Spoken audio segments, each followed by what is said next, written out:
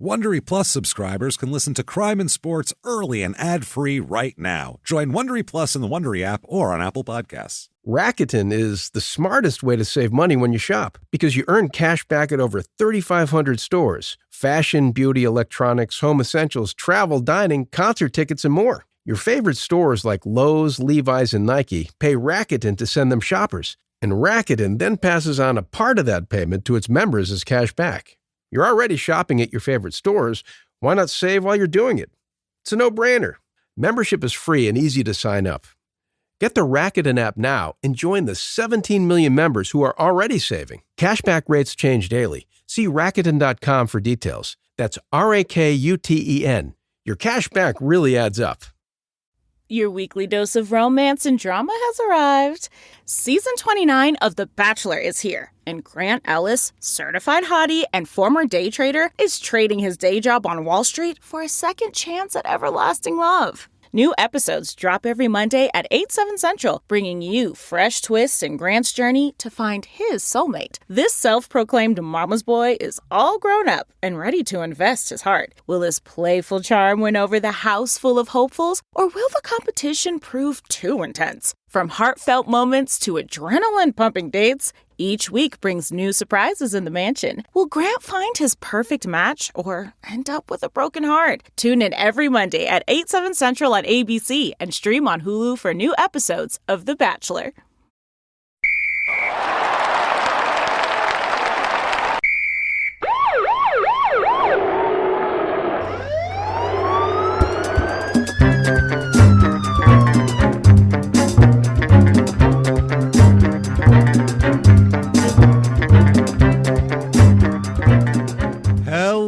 Everybody, and welcome back to Crime and Sports. Yay! Yay indeed, Jimmy. Yay indeed. My name is James Pietragallo. I'm here with my co-host. I'm Jimmie Whisman. Thank you, folks, so much for joining us today. We have part 2 of old-timey fun, and I love it so much. We're going to talk about Ted Turner, part 2. We've talked all about Turkey Bob, his dad. Chicken Joe. He's got the craziest dad since Joe Pepitone. We'll say that much, definitely. Before we start, though, definitely go to shutupandgivememurder.com. Check out everything there. Live tickets for live shows. Live tickets, I almost said. It's just sort of live tickets for that's for close shows. for shows that are in places. So you can go there and get those tickets and hang out with us at live shows for Small Town Murder. Also, definitely get your merchandise there. And if that's not enough, if you listen to this show and you listen to Small Town Murder, both the regular and the express, and you listen to Your Stupid Opinions, which you should be listening to. Yeah. Let's say you do all that stuff and you're like, that's all that they have? I want more. And you're amazing, but guess what? Damn it, we've got you covered. We have you there, too. We make even more. You say, how? We do it. I'm telling you. Well, we'll pump it out here. Sleeps for the week. That's why. It's for pussies. We have Patreon. Patreon.com/crimeinsports is where you get all the bonus material. All you have to be is $5 a month or above, and you get every damn thing we put out. Yeah, you can name hundreds of back episodes to listen to of bonus stuff that's never been out in the public, and then new ones every other week. One Crime and Sports, one Small Town Murder, and you get all of it, baby. This week, what we're going to talk about for Crime and Sports, this is going to be so much fun. It's always fun when when we watch crazy boxing matches and fights. Yeah. So we are going to watch the 2 most penalized hockey games in history. And it's just all fighting. So we're going to watch every fight of these 2 games and just watch people beat the shit out of each other on the ice. It's going to be so much fun. I can't wait for that. Then for Small Town Murder, we're going to do a fun thing that we've been wanting to do for a while. Internet Salad, we're going to call it. Did we pick the wrong week for this? Oh, yeah. We're going to avoid political issues. It's just going to be so hard to find a good website with some good fun stuff on it. Yes. Basically, before the shows start, we sit here, and I'm like getting the stuff ready and checking stuff, and then Jimmy's on the... Did you hear this? And then we're talking about it, and it's fucking hilarious, and we're laughing. So we're like, God, I wish people could hear this. And then we said, why don't we just record it? And then we'll put it out as a Patreon because it's very fucking funny. So you'll get to hear what we have to say about some current events and shit like that, and... Sure. We'll avoid politics because there's enough people talking about politics, but check that out. Patreon.com/crimeinsports is where you get all of that. So join us, and you get a shout out at the end of the show as well, where Jimmy's going to mispronounce your name. It's very exciting. That said, onward and upward. Here we go. Let's do this with our asshole of the week here. Back to Ted Turner. And if you missed last week, you should probably check out last week and then come back. You're going to be lost. But it's not Ted Turner, the Ted Turner that you might know, not the guy who started TBS and CNN and all that stuff. It's just a guy with... He's still alive. Yeah, Ted Turner's still alive. Yeah. That's wild. It's amazing what being a billionaire can do for your health. He has made so many things happen for America. Isn't that crazy? It's amazing that he still exists. Wild how long billionaires live. It's also very rare that you live long enough to see the statue of yourself erected. And that's the thing. Yeah. It's well, he probably paid for it too. He probably commissioned it. Use this picture, please. It's my favorite one. No, me. Put me on a horse, will you? I really want to look. Make me look like Teddy Roosevelt, but me. Put you know me what on I mean? a fucking bear. Yeah. Just put me. I'm riding a bear, but with like reins and shit, like it's a horse. You know what I mean? Do that. Can you do that? Standing up. Yeah, standing up. Would you ever watch The Critic, the cartoon with John Lovitz? Yes. Oh, I loved The Critic. That was a great fucking show back in the day. Yeah. John Lovitz is obviously very endeared and everybody loves him, but I still think with how much he's adored, I still think it's underadored. I think still think he's underappreciated. He is. Fantastic man. Well, The Critic didn't last very long. It didn't a hit at all. And then I watched it. Three seasons, I think. Yeah. And it's one of those that when it was on Comedy Central in the late 90s all the time, that's when I would watch it because it was on in the middle of the night. And so that's what were we talking about? The Critic. I don't remember. I'm sorry. No, I'm the one who went off on The Critic here. Oh, his boss on the show was based on Ted Turner. Remember that character? Is that right? And he had Duke, and he had a big statue of him on a horse, and it was like the whole thing. That's where that came from. That's what I was thinking about. Wow. So good. Anyway, so on to Ted Turner, though. This Ted Turner. Yeah. Different Ted Turner. When we left off, his dad was like throwing elections. Yeah. Was like hanging out at like voting places with clubs, beating the shit out of people who weren't voting the way he wanted them to. Stuffing boxes? Is that what they did? He stole the ballot box from a district that had votes that they didn't want and burned it and burned the whole ballot box, stole other ballots. His dad was fixing shit. His dad is majorly connected, though, because his dad keeps stealing chickens and livestock of all kinds, getting busted, getting sentenced to these long sentences and getting like pardoned by the governor in like 3 months. So unbelievable. And then he's like doing election shit. So I can't help but think that he's, he knows somebody. He's definitely on the inside. He's plying somebody with something. Is he giving chickens to the governor? I think he gives the best turkeys is the thing. The guy he's giving the governor his Thanksgiving bird every year. Thanksgiving and Christmas, he is very reliable. Every time. So Ted, on the other hand, at this point, is still playing baseball, and this is fun because he's been in and out of jail as he's been playing baseball. Right. Remember, like a team bails him out for the season, and then when the season's over, they revoke their bond and he goes back to jail. It's like a fucked up movie, this guy. I don't know how this guy's life isn't a movie, by the way. It's unbelievable. This is wild. So in 1919, he's on the Bloomington Bloomers is the team. This is the Illinois, Indiana, Iowa League. That's the league. Just a few states, huh? Yeah, this is before there was like clearly defined single, double, triple A. There was a million independent baseball teams, and some of them were roughly affiliated with major league clubs and shit like that, but they weren't like, they weren't an affiliate like now. Yeah. Now the team like pays for shit. Yeah. There also was a lack of like mass transportation to get you anywhere other than a train. So you'd have to like either ride a train or ride a horse to get to these places. It's true, though. Yeah. And there was cars, but not everybody had them, and they were not reliable at the time either. It didn't hold fucking 19 people. No, I mean, it didn't hold didn't at least hold the starting 9. No, and back then too, this was like these small teams. These guys were like celebrities in the town. Yeah, this wasn't like some little thing that nobody watched. This was the sports, and they all watched. There's no fucking TV. This is right at the beginning of radio. Sure. So, I mean, there is fucking nothing to do. Nothing out here. Nothing. If you're going to a baseball game because it's that or sit and stare at the wall, there's nothing to fuck, especially in a small town, there was nothing to do. Some tiny town in Iowa or Indiana. At that, you were lucky if you had a movie theater in the town. I mean, literally, that's at the time because movies were new too.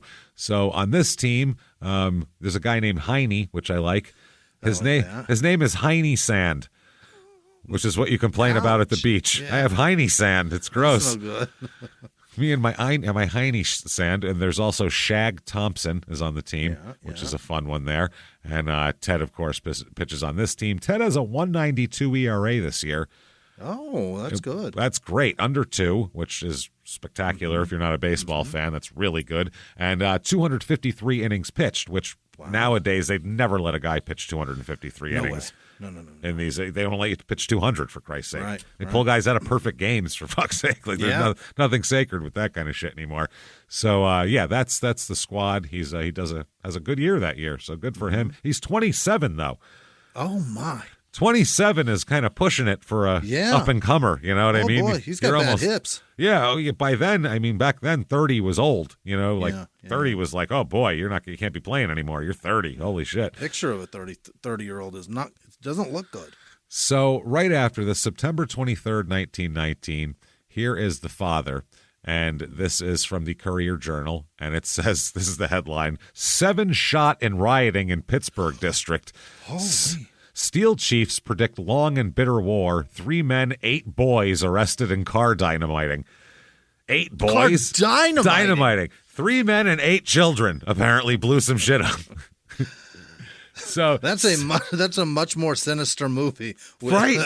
This is wild. One with the baby. This is so fucked. And then this is the greatest. This is the picture of the dad and the 2 guys held. This is the 3 men here. Yeah, look at them. That's wow. That's Turkey Bob back here. Is that right? That's Turkey Bob, and here are his accomplices. Like a turkey thief. You can tell these 3 have something in common, like whatever their cause is, because it's not. They don't hang out together. No, Turkey has no collar, and he looks like he crawled out of the field, whereas the other 75. He looks old as shit, and the other 2 guys, one of them looks like he's in his 20s, and he's like, very well dressed, and then the other guy looks like a banker in his 40s. And they have 8 children they're dynamiting cars with? Apparently, yes. This is Kirby Phillips, Samuel Anderson, and Robert Turner, and there's 8 children also that have done this, and it says 2 strikers held on story of quarry worker, 68, both deny charge. Youths had explosives. What the fuck? A dragnet drawn about Louisville since the first dynamiting outrage has been drawn tighter by federal authorities. This wasn't one night. Detectives. This was a series of events. This is a whole thing. I think this has to do with because it's the steel people, so I think it has to do with people wanting more money, unionizing, and things like that, too. So this resulted, 3 men and 8 youths been arrested. On a statement made to police by Robert Turner, 68 years old, that's Turkey Bob, that's our guy's dad, 1009 West Market Street, that he had been approached a week ago and offered $25 to place dynamite charges under cars. That's very affordable for that, I would say. That's really an affordable... Right? I would expect to pay more to have people dynamite cars. $25. That's probably what all those cars cost. They weren't very expensive. And Kirby Phillips, this is Samuel Anderson, 43 years old. Kirby Phillips, 23. Yeah, the guy's young as fuck. Were arrested yesterday afternoon and charged with banding together to injure property. The 3 men were held under bonds of $2,500 each. Turner said, this is Dad, men have been coming to my house for about a month and asking for me. I have worked in quarries and done other blasting work, and I know how to set off dynamite. Sunday, a week ago, 2 men, I've never saw them before, came to my house and offered me $25 if I would dynamite some cars. Last Wednesday, they came back after a car had been blown up out in the country and asked me if I would plant the dynamite. I said I would. Okay, well, he's just admitting this freely in the press. Attaboy. Okay. Then they took me to a shop on Main Street and showed me some clothes lockers and a box in one of them. They told me there was dynamite in there under an oilcloth cover. They asked me to put my hand in and feel. I did. It was dynamite. Unreal. They had a sack there, and they said there was dynamite in that, too. Jesus Christ. So Turner said that there were other packages containing fuses and dynamite caps in the lockers. Kept them separate. He told police that he did not know the name of the shop, but took detectives Urell and St. Clair to Drummond's Machine Shop, 1214 West Main Street. There, detectives found an oilcloth covering, but no dynamite. Officials of the Drummond Company visited police headquarters and failed to identify the prisoners. So they didn't work there or anything. They just went in some machine shop and hid their dynamite. which is fucking insane. They told Chief Petty that they never had seen the men before or heard of any packages being placed in the shop. Now, also, that would behoove them to say, yeah, we weren't letting fucking people store their dynamite here to be used in nefarious ways. I never saw these people in my fucking life.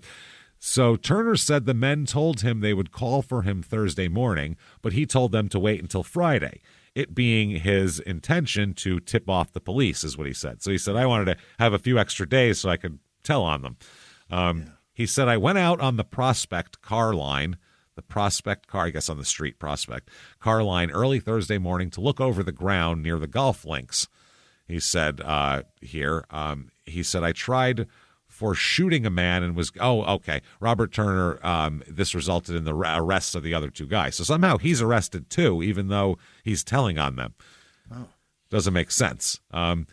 He said at this point, I was tried for shooting a man and was given 21 years. I beat the case on my next trial. Another time I went to the penitentiary for shooting. I served less than 4 weeks. He's killed 2 men. Marshall Bullitt got me a pardon before a month was up. A pardon. He fucking shot a guy. Less than 4 weeks.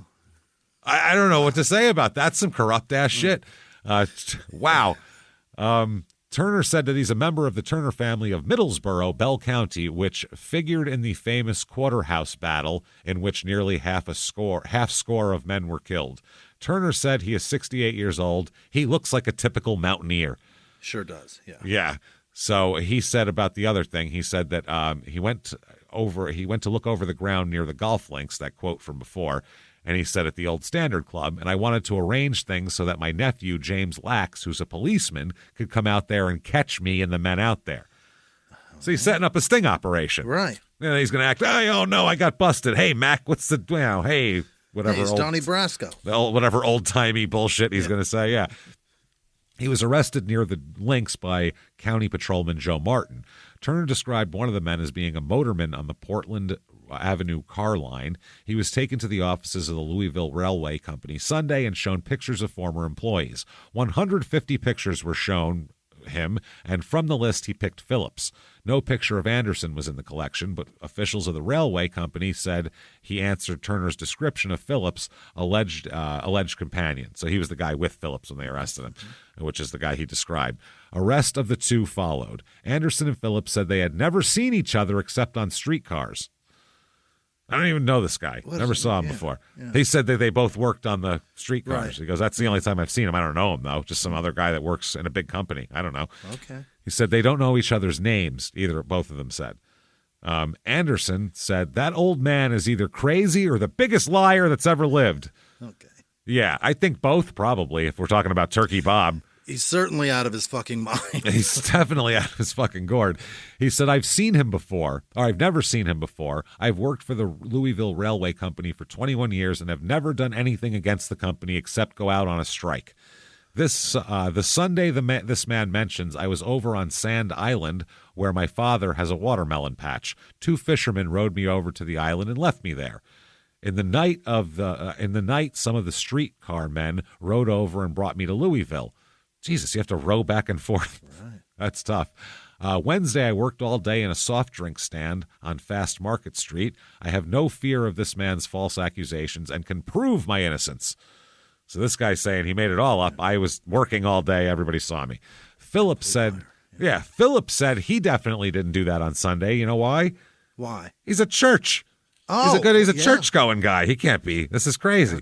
How could I? I was praying. He said that he was in church on Sunday and then was on picket duty on Wednesday, the time that he was alleged to have been arranging for the dynamiting of cars. He's like, I was picketing. That's, Turner insists that Anderson and Phillips are the men who approached him in regard to the dynamiting. Turner's wife said she identified Anderson as one of the men who came to the house and inquired the whereabouts of her husband. Bud McGarvey, a newsboy, said he saw men go to Turner's home on the Sunday in question, but could identify neither of them. So somebody came over there. Yeah. He said Anderson looked like one of the men he saw, but, quote, that man was taller and had gray hair and a gray mustache. So, in other words, he doesn't look like him. Not at all. I'm sorry, but if he looks like him, I mean, he's a man. That's about the only thing. thing. A younger man. Much younger. I mean, yeah, if that guy, does he have a father, that guy? Because I think he might be the one that I saw. If it's his dad, possibly. But taller with gray hair and mustache is a completely different person. Slight resemblance. The guy's bigger, has gray hair. Yeah. So yeah, his dad. That's like, what does Jimmie Whisman look like? It kind of looks like James, but shorter and with a beard.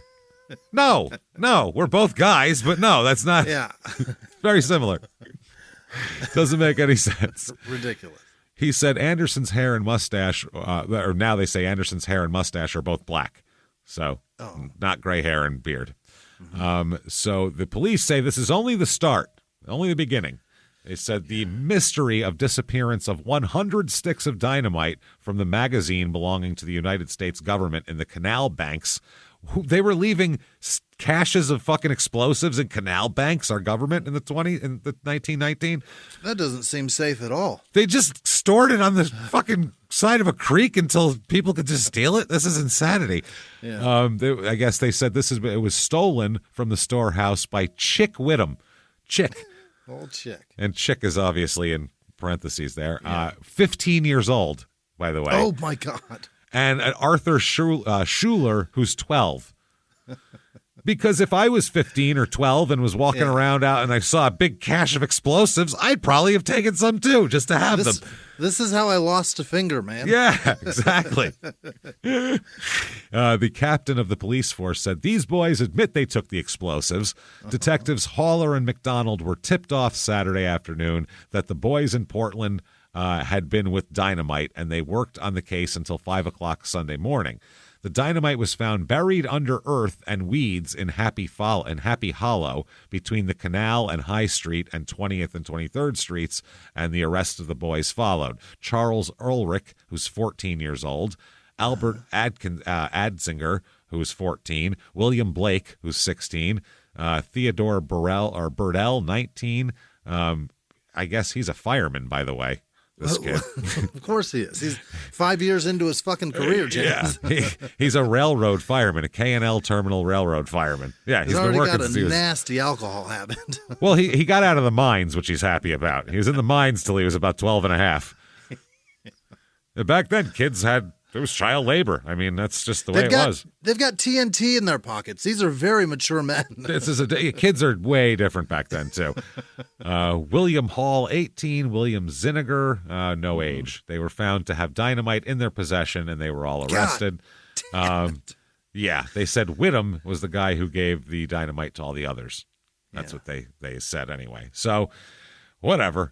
Now, October 7th, 1919, this is the Lexington Herald, headline, Police Court.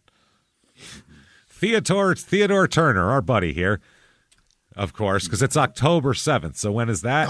After the baseball season. Mm-hmm. He's like Eddie Johnson, in fact. And he needs to be playing baseball or else he's in a lot of trouble. As soon as he's not preoccupied, there's problems. Yeah. When he's playing ball, he never gets in trouble. That's the thing. He does fucking fine. He minds his P's and Q's. He plays ball. He shuts the fuck up. As soon as the season's over, it's a nightmare. He's back under Turkey Bob here. Back to stealing. So he was arrested for disorderly conduct. Yes, and it says that recognized to keep the peace 12 months in the sum of $100. I guess a sentence, I guess. Yeah. Other people here, running an automobile while drunk. A.B. Dorgan, $5.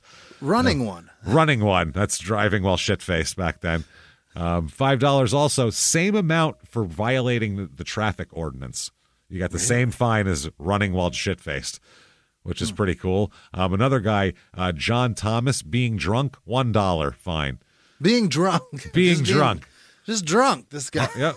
Public drunkenness, I think, is what it was. I imagine, yeah. Emma Lewis discharging a firearm in the city, and that got dismissed. Emma, what are you doing? That got dismissed and released. So now the Cubs, because, Indiana's close to Chicago, Illinois, they heard good things about this great pitcher who had an ERA under 2 in Bloomington. Really? And they don't fucking know anything else about the guy. Yeah. They don't know shit. There's no Google search. We can't do a been verified background check on this guy. Oh, my. they didn't know, or they didn't give a shit is the other thing, because back then a lot of these guys were hard cases, so who cared? Also, 1919 Chicago ain't a great place. Yeah, we're talking, this is the beginning right now of Prohibition. It's supposed to, Al Capone's going to come up. Yeah, people might not be so morally outraged at this point.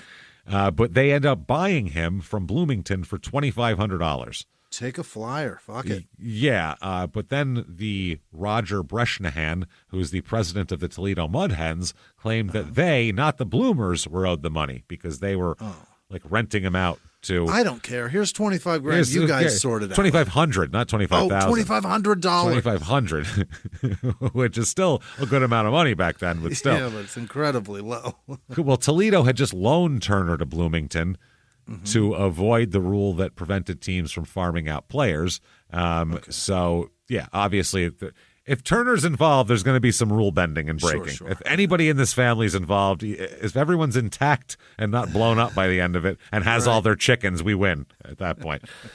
So the Cubs get him, and they put him on the roster for the 1920 season. So he is a fucking major leaguer at 28 years old after being in jail 8 times. Unbelievable. This is a wild story that he's even ever making it. And then he'd be so done and never in the majors nowadays. Forget it. It's too much backstory that would be exposed. Yeah, and the 20 Cubs, Grover Alexander, Hall of Fame pitcher on that team. And let's look for some good names here otherwise. Zeb. We got a Zeb. Yeah. That's nice. Zeb Terry. We got a Babe. We got a Hippo. There we go. Oh, really? Hippo Vaughn. That's what I'm talking about. Hippo. That's fucking awesome. We got a Buck, of course. There's always a Buck around somewhere. A Speed Martin. Okay. That would bring different connotations nowadays. Yeah. Someone called him Speed. A lot of Charlies and Claudes and people like that. But the 1920 team goes 70-79. All right. So 5th place. Nothing spectacular. Mediocre team. It's not even called Wrigley Field yet, by the way. It's called Cubs Park at this point. Same place, though. Same place, yeah. It was built in, 14, 15, something like that. Wow. 12, 13, 14. Brand new. Brand Still new. Smells nice. Still, no ivy. This is no center field bleachers, no outfield bleachers. This was the wall and the street. That was unbelievable. They didn't build the bleachers till the 30s, I want to say. That's when they put the ivy up too, I think. But the buildings were there that you could still see inside. Oh, absolutely. Yeah. Even better because there was nothing blocking your view. Nothing there. It was just a fucking wall. So, if you were on the 2nd floor or above, you could watch every game. It's pretty neat. In the 1980s, a rosé swept the country. Hey, Mike, I really like this White Zinfandel. Well, good. Now put it down. We're going to try another one. White Zin became America's top-selling wine. But most don't know that this sweet drink has a sour history. What began in 1986 with counterfeit bottles. A big fraud, a multi-million-dollar fraud. Sent investigators chasing one of the most powerful families in the business, the Licciardis. But the closer the feds got to them, the more dangerous things became. It's a story of deceit. At the time, I was paranoid. Threats. You touch my kids, I will kill you. And murder. With a .22 caliber bullet to the head. What started with a scheme to mislabel wine spilled into a blood-soaked battle for succession. Welcome to Bloodvines. You can binge listen to Bloodvines exclusively and ad-free on Wondery Plus. Join Wondery Plus in the Wondery app, Apple Podcasts, or Spotify. He was hip-hop's biggest mogul, the man who redefined fame, fortune, and the music industry. The first male rapper to be honored on the Hollywood Walk of Fame, Sean Diddy Combs. Diddy built an empire and lived a life most people only dream about. Everybody know ain't no party like a Diddy party, so. Yeah, that's what's up. But just as quickly as his empire rose, it came crashing down. Today I'm announcing the unsealing of a 3-count indictment, charging Sean Combs with racketeering conspiracy, sex trafficking, interstate transportation for prostitution. I was up. I hit rock bottom, but I made no excuses. I'm disgusted. I'm so sorry. Until you're wearing an orange jumpsuit, it's not real. Now it's real. From his meteoric rise to his shocking fall from grace, from law and crime, this is the rise and fall of Diddy. Listen to the rise and fall of Diddy exclusively with Wondery Plus. So he makes his debut here April 20th, 420, baby. Is that right? April 20th, 1920, he makes his debut. Yeah. It was a 10-3 loss to the Cardinals. The starting pitcher, Chippy Gaw, I saved that one, by the way. Chippy Gaw. Chippy Gaw is his name. G-A-W? G-A-W. Chippy Gaw. Made the only start of his career, giving up 2 runs in the first inning and allowed the first 2 batters of the second inning to get singles. So they pulled him out, and manager Fred Mitchell calls to the bullpen. Give me the turkey. Give me Turkey Jr. Bring him on in here. Bring in Turk-a-lurk. 2 outs, or I'm sorry, 2 on base and nobody out. He comes on because the guy gave up 2 singles. He walked Bert Schotten to load the bases. That's his first batter. Uh-oh. Oh, shit. His second batter might hit a grand slam? Cliff Heathcote hit a fly ball to left field, and they tried to tag up from third because it's a sacrifice fly. If you don't know much about baseball, the guy can score from third on a fly ball that's caught to the outfield. But Bernie Freiberg, the left fielder, threw him out. Threw him out at the plate. Holy! Exciting. Vern Clemens got fucking thrown out at the plate there. Now we got runners on second and third? Second. No, now we got runners on first and second because third base just got picked up. Second base didn't move over. They had to move over, right? I don't know if they advanced or not, though. I'm not sure. Then he got another guy to fly out to left field, and the inning was over because that was the third. Okay, yeah. So he comes in his second inning here of work. And Rogers Hornsby is fucking up first. Who's a Hall of Fame, one of the best hitters of all time. Yeah, he's amazing. He hits a fly ball to center field and out. Yeah. So he gets Rogers Hornsby out, which is pretty fucking cool. Yeah. Then gives up back-to-back triples. Oh, no. By Jack Fournier and Austin McHenry. He just sat down Rogers Hornsby, and we don't know who these people are. Back-to-back triples. This would have to be in St. Louis because there's no way you're getting back-to-back triples in Wrigley. It's too small. That field is too. There's not a lot of triples hit at Wrigley because the corners aren't very big. So you're not, and even center field isn't that big either. Super fucking fast. They might have had both of them. Who knows? So and Sportsman Park had a little more.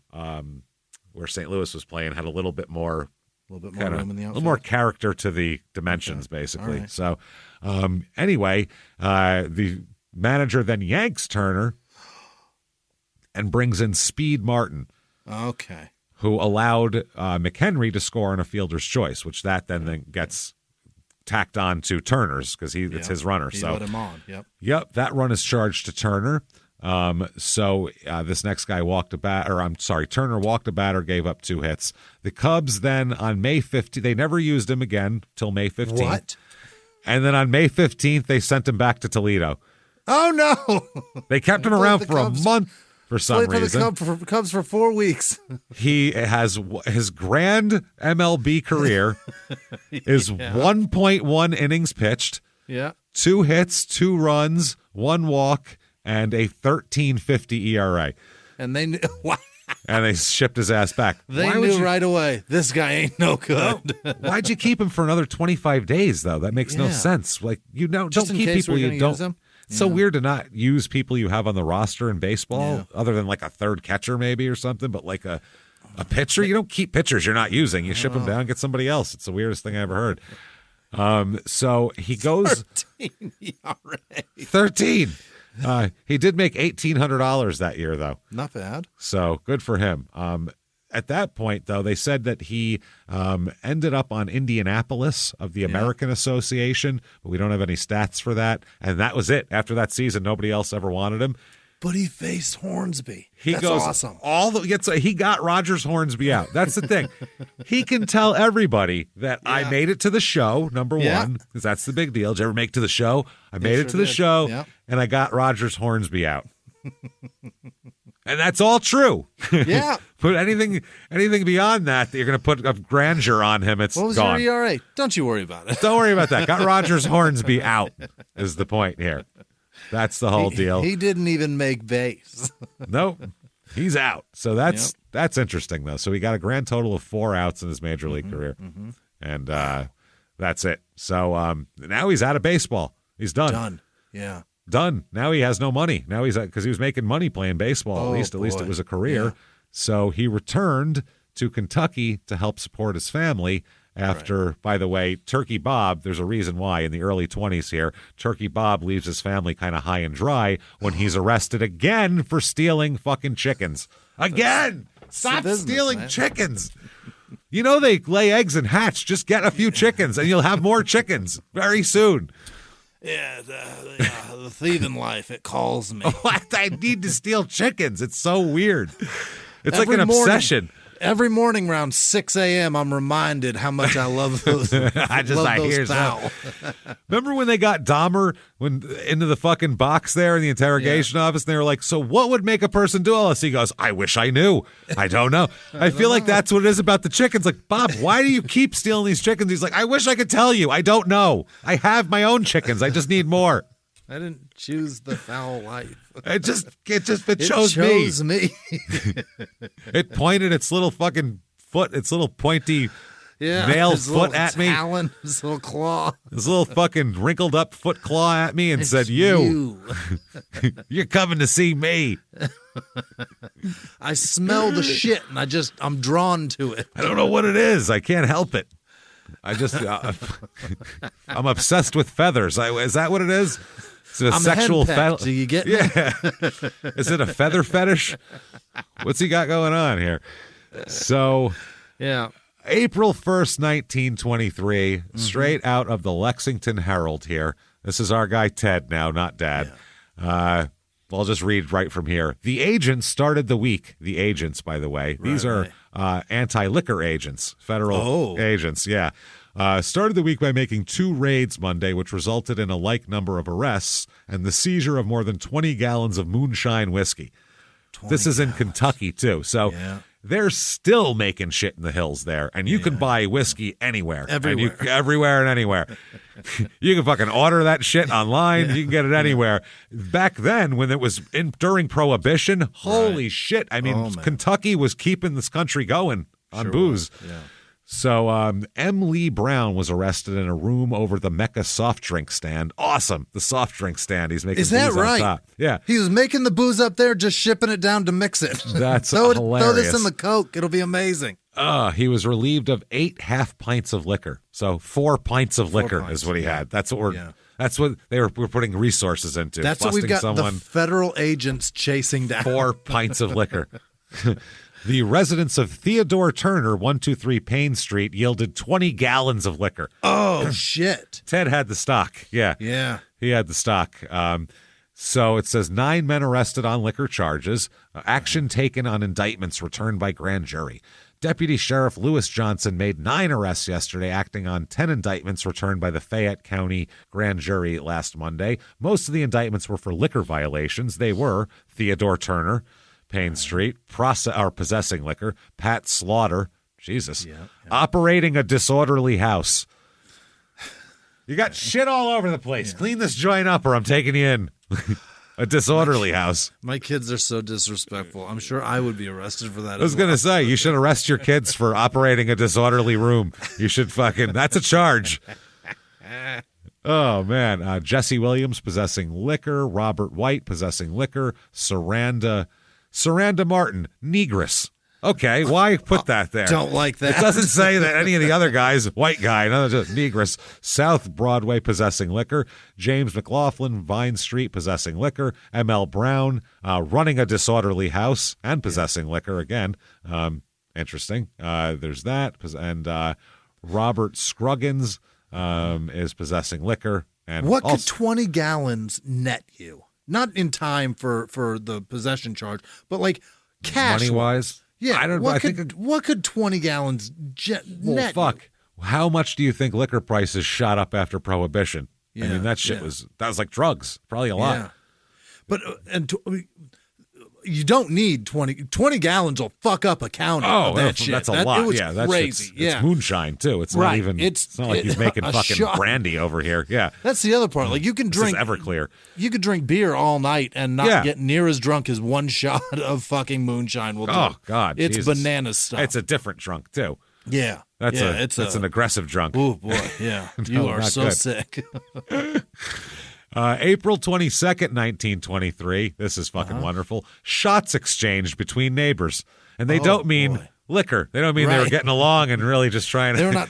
That was not a housewarming party. Yeah, you pour me one, I pour you one, and then we talk about our lives. No, this is exchange. That's a great way to put it after all the liquor bust, though. And this is like what? The day after he's busted for liquor? A disagreement between the Underwoods and Turners living 3 doors from each other.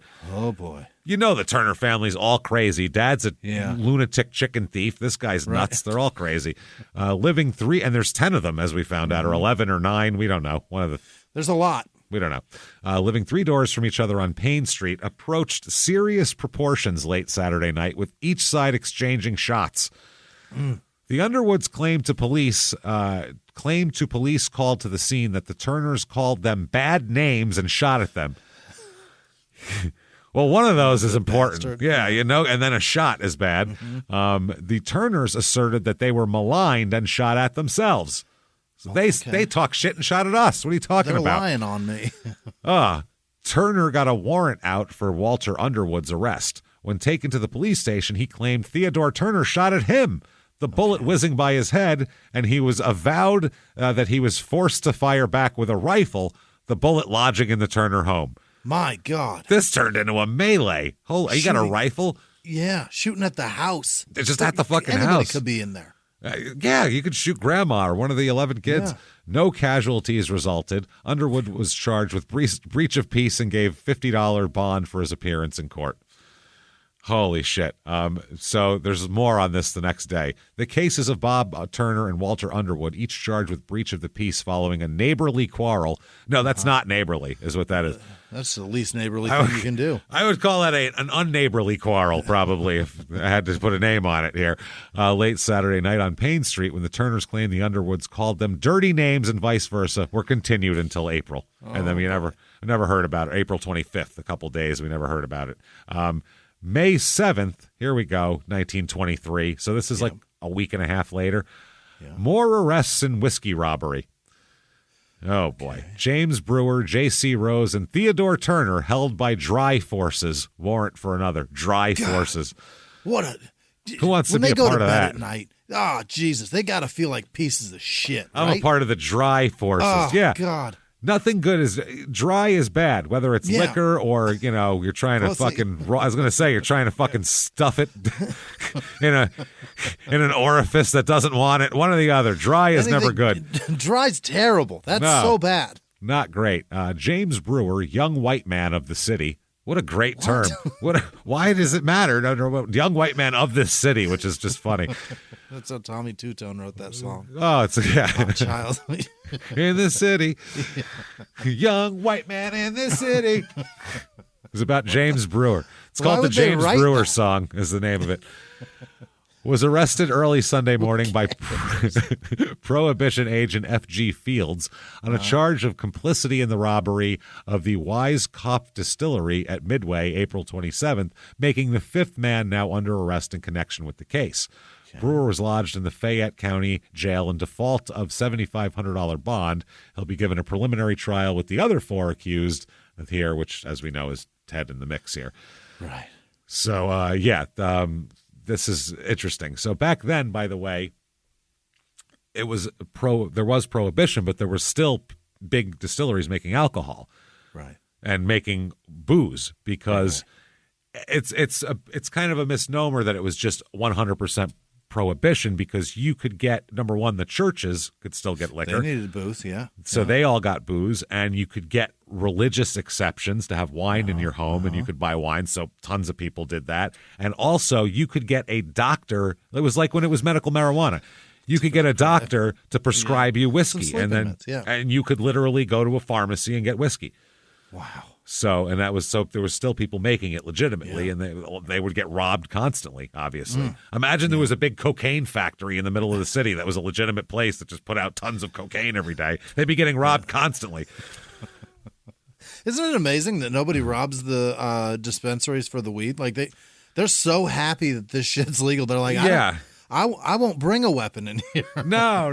What are you going to do? Be carrying out all those containers? It's not like it's sitting in a big giant garbage bag back there. Small containers. You carry out all these containers falling everywhere. It'd be a terrible robbery. Yeah, you need a fucking big plastic bag over your shoulder. Most people, Santa Claus. Most people debit also, so it's not like there's a lot of cash laying around. It's a bad robbery. Yeah, the other point is just be happy that we got it so goddamn good. Yeah, go make money, come back and buy this amazing weed. And it's good. It's so good now, lucky. Too. And great concentrates and fucking ridiculous. So they said, there's federal prohibition agents began a roundup of suspects here and for this robbery. One was J.C. Toppy Rose and Theodore Turner were arrested.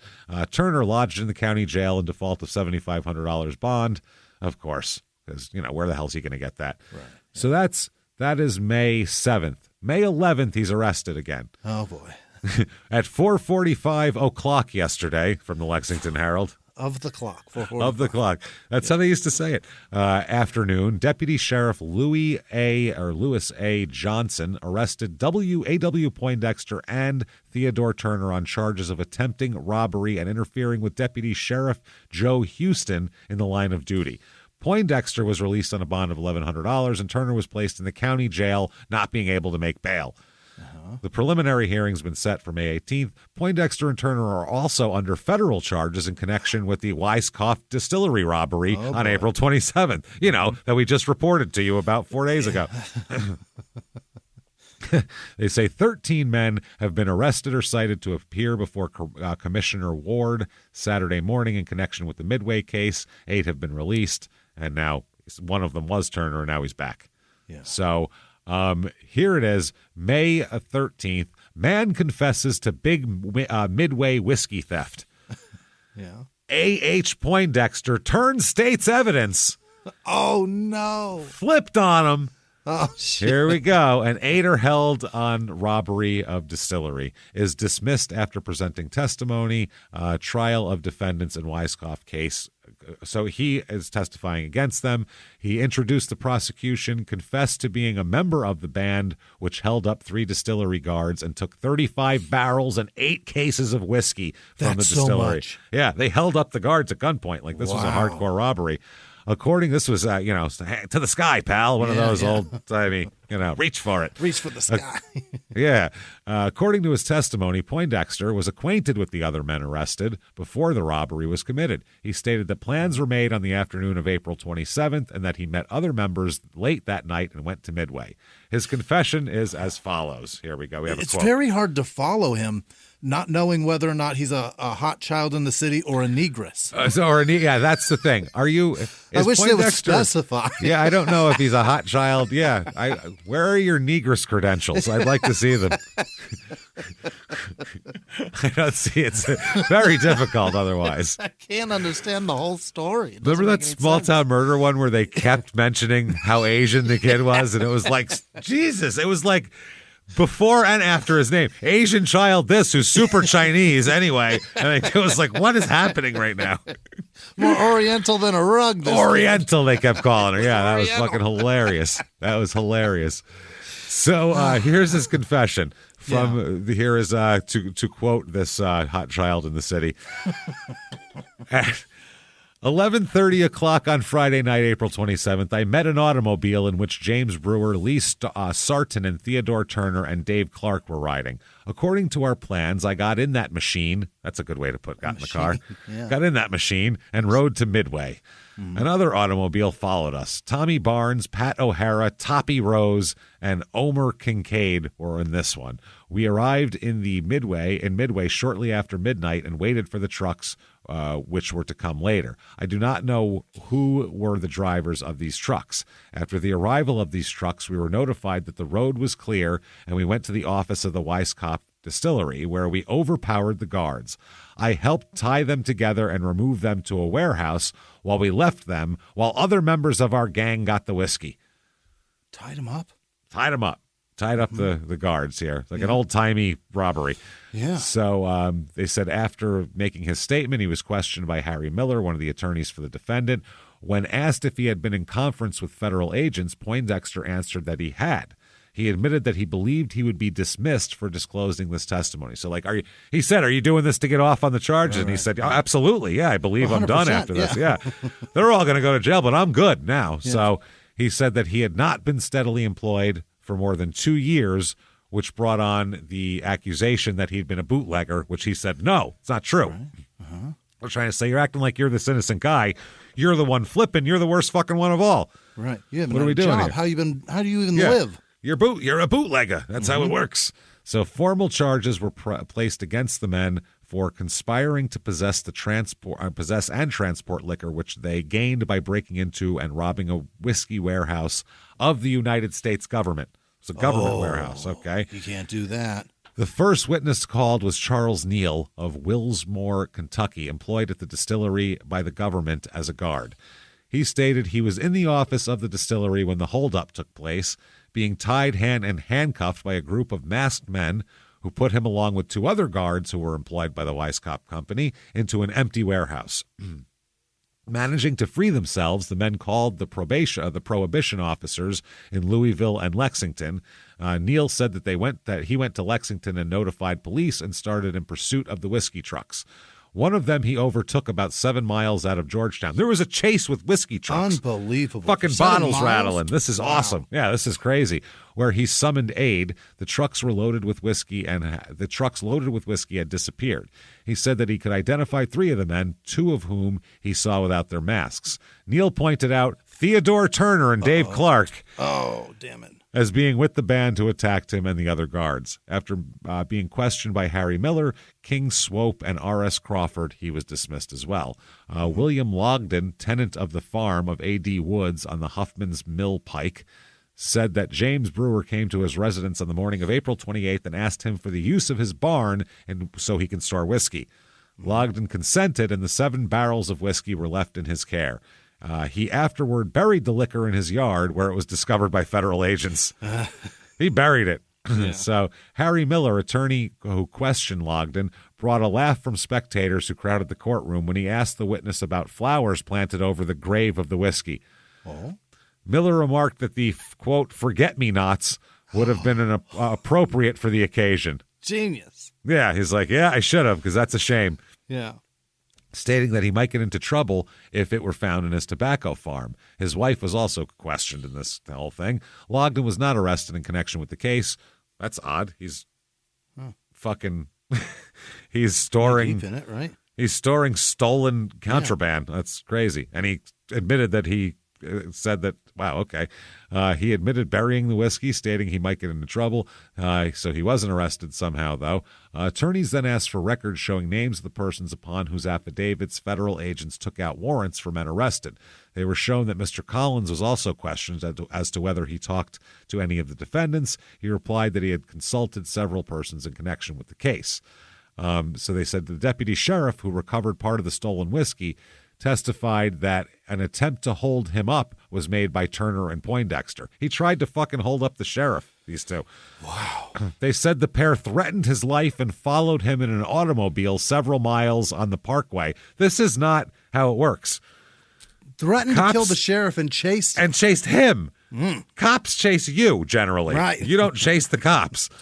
Till he got to the station. He rode to the station. Poindexter admitted stopping the truck driven by the deputy sheriff, but denied holding it up, saying that he merely wanted to see what was in the truck out of curiosity.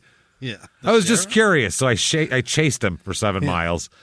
The cases of Rhodes, Donnell, Ben Harney, and William Drake were set at 11 o'clock Monday morning. Okay. The following men were released on bond. Not Ted, basically, is what we're getting at. Oh, no, Turner. No, Trucker. That's not Turner. Okay, so he's not. He's still in jail. Turner and 6 others were found guilty and sentenced to, you, sir, may fuck off 2 years in the federal penitentiary in Atlanta. All that for 2 years. 2 years, which seems light when you're chasing fucking sheriffs and holding people at gunpoint and hostage and kidnapping and all this shit. Tying people up. That's a kidnapping charge for each person usually. So, yeah, that's crazy. He was released from prison in 1925, and he was hanging out with his brother Wesley.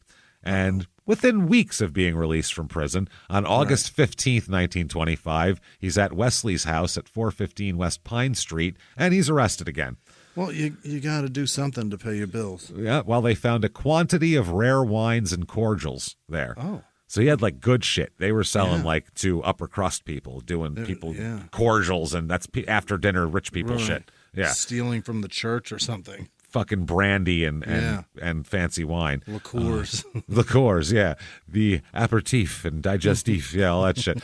The liquor had been stolen from the cellar of Dessa Breckenridge, the editor of the Lexington Herald. So he had like a collection of fancy shit that they stole. Yeah. The brothers denied stealing the liquor, but Ted admitted to transporting it to Wesley's house. I didn't steal it. Somebody just gave me all this rare liquor, and I just brought it here. Have it. I don't know how to do that. He refused to admit how he got the goods because he said he didn't want to incriminate the, quote, higher-ups who engineered the whole thing. He didn't want to piss them off. He's trying to say that he's involved in a real racket. I'm a mere pawn in this game. I'm a patsy. I'm a patsy. I'm a negress and a patsy. So, Lexington Herald leader, Monday, August 31st, 1925. 2 men accused of stealing liquors, but both deny charges is the thing here. They were busted. They found 26 quarts and 4 pints of imported liquors of various kinds of gin, vermouth, and fine wines. Wow. That's what they had. The assistant chief of police and patrolman Roy Sharp arrested Theodore Turner while the other man was taken into custody by these other two here. Both accused men denied the charges of the police, and they were unable to account for the reputed presence of the liquor, though. Then why do you have this? I'm not sure. I can't tell. I don't know. Hard to say. Theodore Turner recently was released from the federal penitentiary at Atlanta, police said, where he was sent when convicted of being implicated in the Midway Distillery robbery of a few years ago. Right. When called in police court this afternoon, the Turner brothers' cases were postponed until Friday. They were placed under bonds of $5,000 each, which they failed to make, and they were held. So the amount of liquor in total was not given by the police that was stolen, but it was believed to be large, judging from the large amount of bonds set by the judge, the high bonds. So Wesley, earlier in the year, he had gotten arrested for public intoxication. And by the way, he's out and about and stealing liquor. Listen to what he did earlier in the year, Wesley. He was thrown in jail for being publicly intoxicated, fucking wrestled a pistol away from the fucking guy in jail, the cop, the jailer. The jailer, yeah. And shot a guy named Wayne Grigsby to death. Another person in the jail? Yes, an inmate, a moonshiner and fellow inmate, shot him to death. How much did the jailer hate that guy? No shit. He got nothing for this. No time, no anything. He was out to steal liquor because he was acquitted during the trial of murder after explaining that he went to the dentist earlier that day and it gave him a shot of opiates and he was disoriented and didn't know what he was doing. I don't remember any of it. Didn't know what he was doing. That's what he said. Novocaine, I get it. I've been murdered a man. And they said acquitted. Fine. I've done it too. Wow. So if you go to the dentist, you can kill somebody that day. It's fine. Evidently. Wow. So September 27th, 1925, general row halted. So there's a brawl starting in the streets. Yeah. Patrolman called to quiet affairs on Georgetown Street. Theodore Turner of 714 Payne Street was once more arrested by police yesterday afternoon. He's a fucking mess. Once more. And this time, 3 charges being drunk, breach of peace, and loitering were lodged against him at the station. So the patrolmen William Curtin and R.H. Preble were ordered to go to Georgetown yesterday, Georgetown Street, after to quell a disturbance which had arisen there. When they arrived, according to the story told at the police station, they found Turner, his sister Bessie, if we remember her, one of the prostitute sisters, right, and 2 Negroes, McKinley Allen of 232 Scott Alley and Clayton Crow of 417 Oak Street, engaged in free-for-all combat in an automobile. She's fighting two She's guys fighting with her yes. It's 2-on-2, her and her brother versus these 2 dudes. Wow. Yes, and apparently in an automobile, they were all in the same car, fighting in an enclosed space. I've seen this as a sport now too, but that's crazy. That's close contact. Yeah, close quarters. You can't fight in that. With his his sister. Wow, that's wild. With his sister involved in the whole thing. Unbelievable. 2 charges were placed against Crow, loitering and breach of the peace. Allen was charged with breach of the peace, and Bessie Turner was also charged with breach of the peace. You're right. He, this is fine, though. He's let out of jail, Turner here. That's, fighting in a car is no big deal for them. It's a family affair. He's then going to be given, though, another problem here. He's going to be given a 3-year sentence because he gets arrested for housebreaking.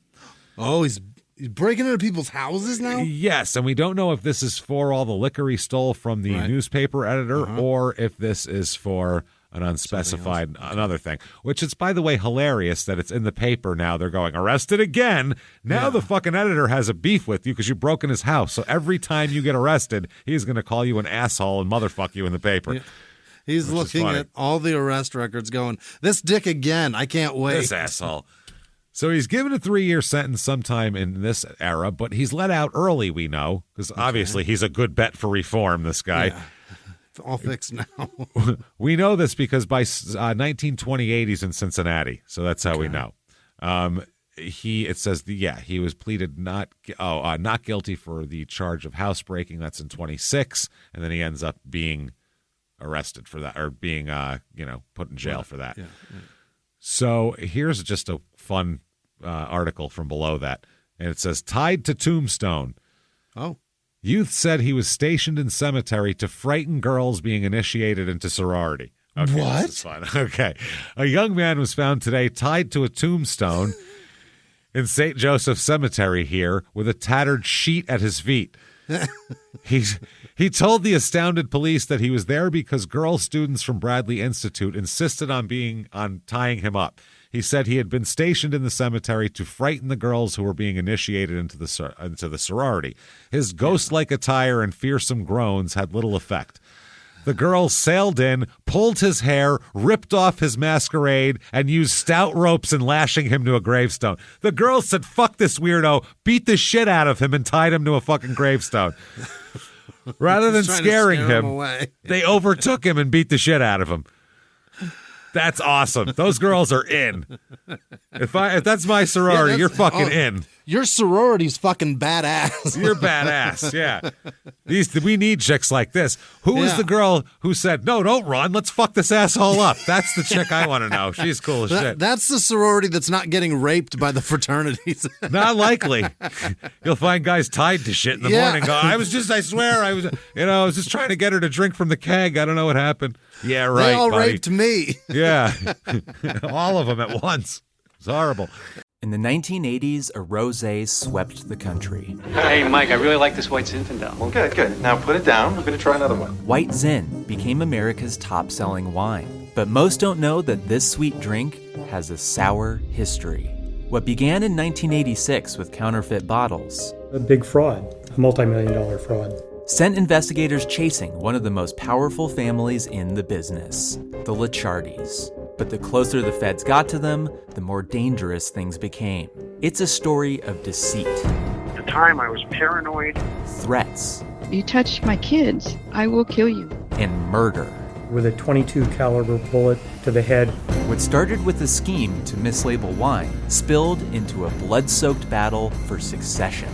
Welcome to Bloodvines. You can binge listen to Bloodvines exclusively and ad-free on Wondery Plus. Join Wondery Plus in the Wondery app, Apple Podcasts, or Spotify.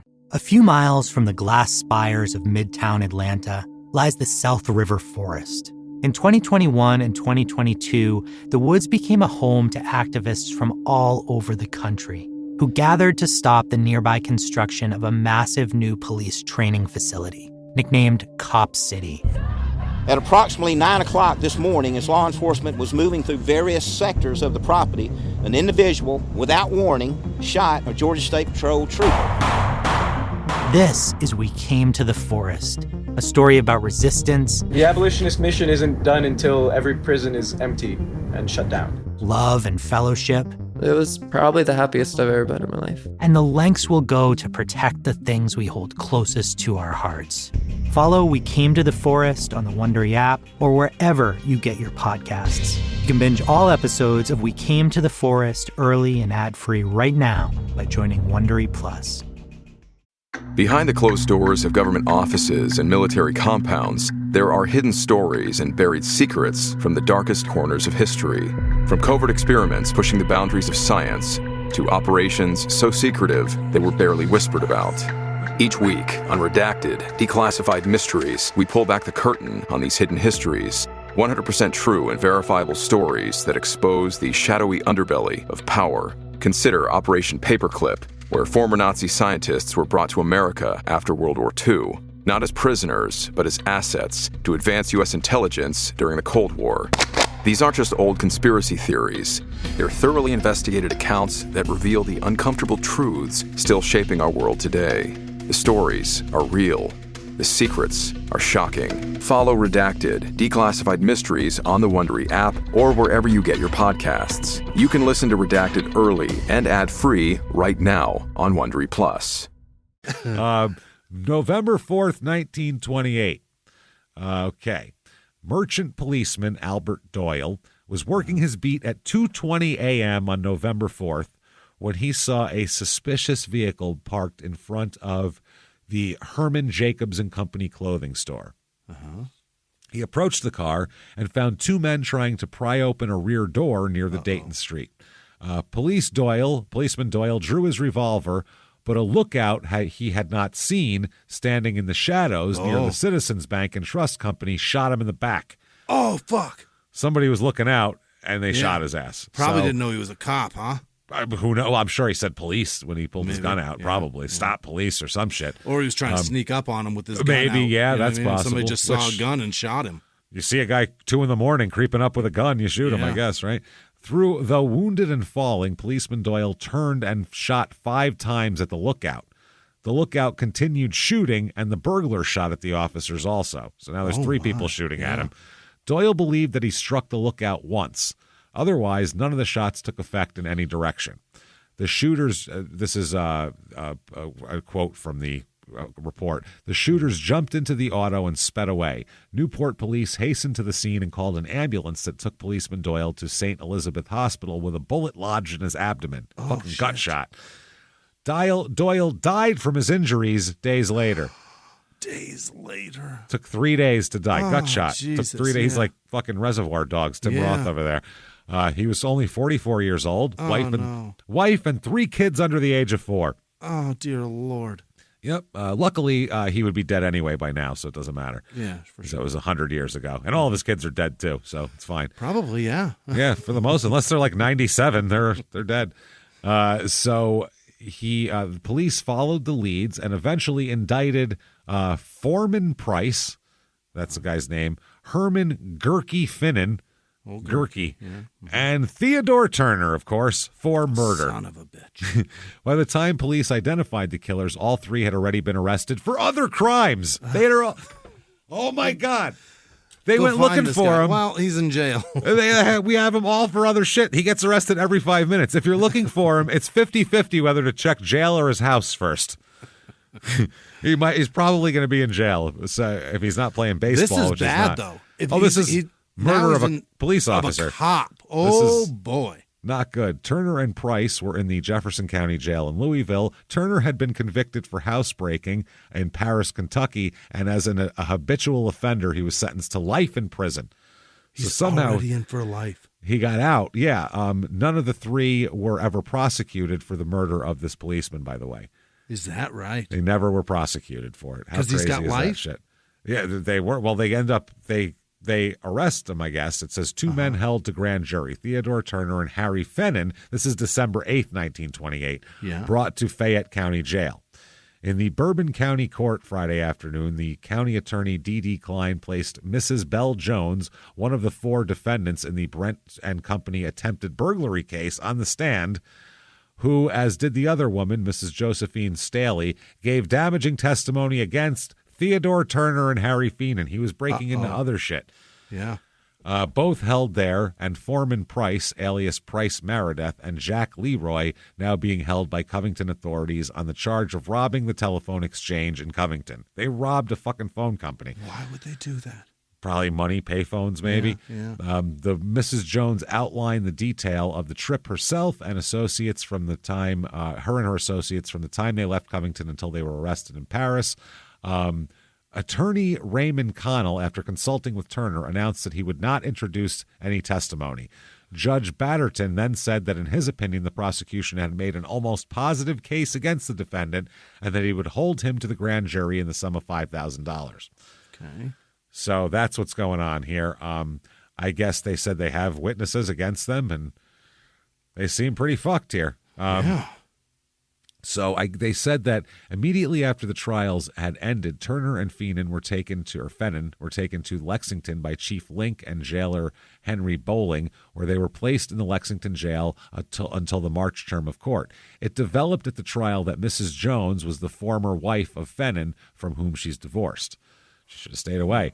The importance of the arrest of Turner, Fennan, and Price, accused of having entered the office of Brent & Company last Saturday night, was emphasized when J.H. Elthridge, manager of the Cress 5 and 10 cent store in Paris, positively identified Fennan as being one of the two men who on Saturday night, about 3 weeks ago, entered the Cress store as they were closing at the point of guns, compelled him and his assistant, Charles Terry, to accompany them to the office of the store, where Mr. Etheridge was made to open the safe, from which they took several bags of money and made their escape.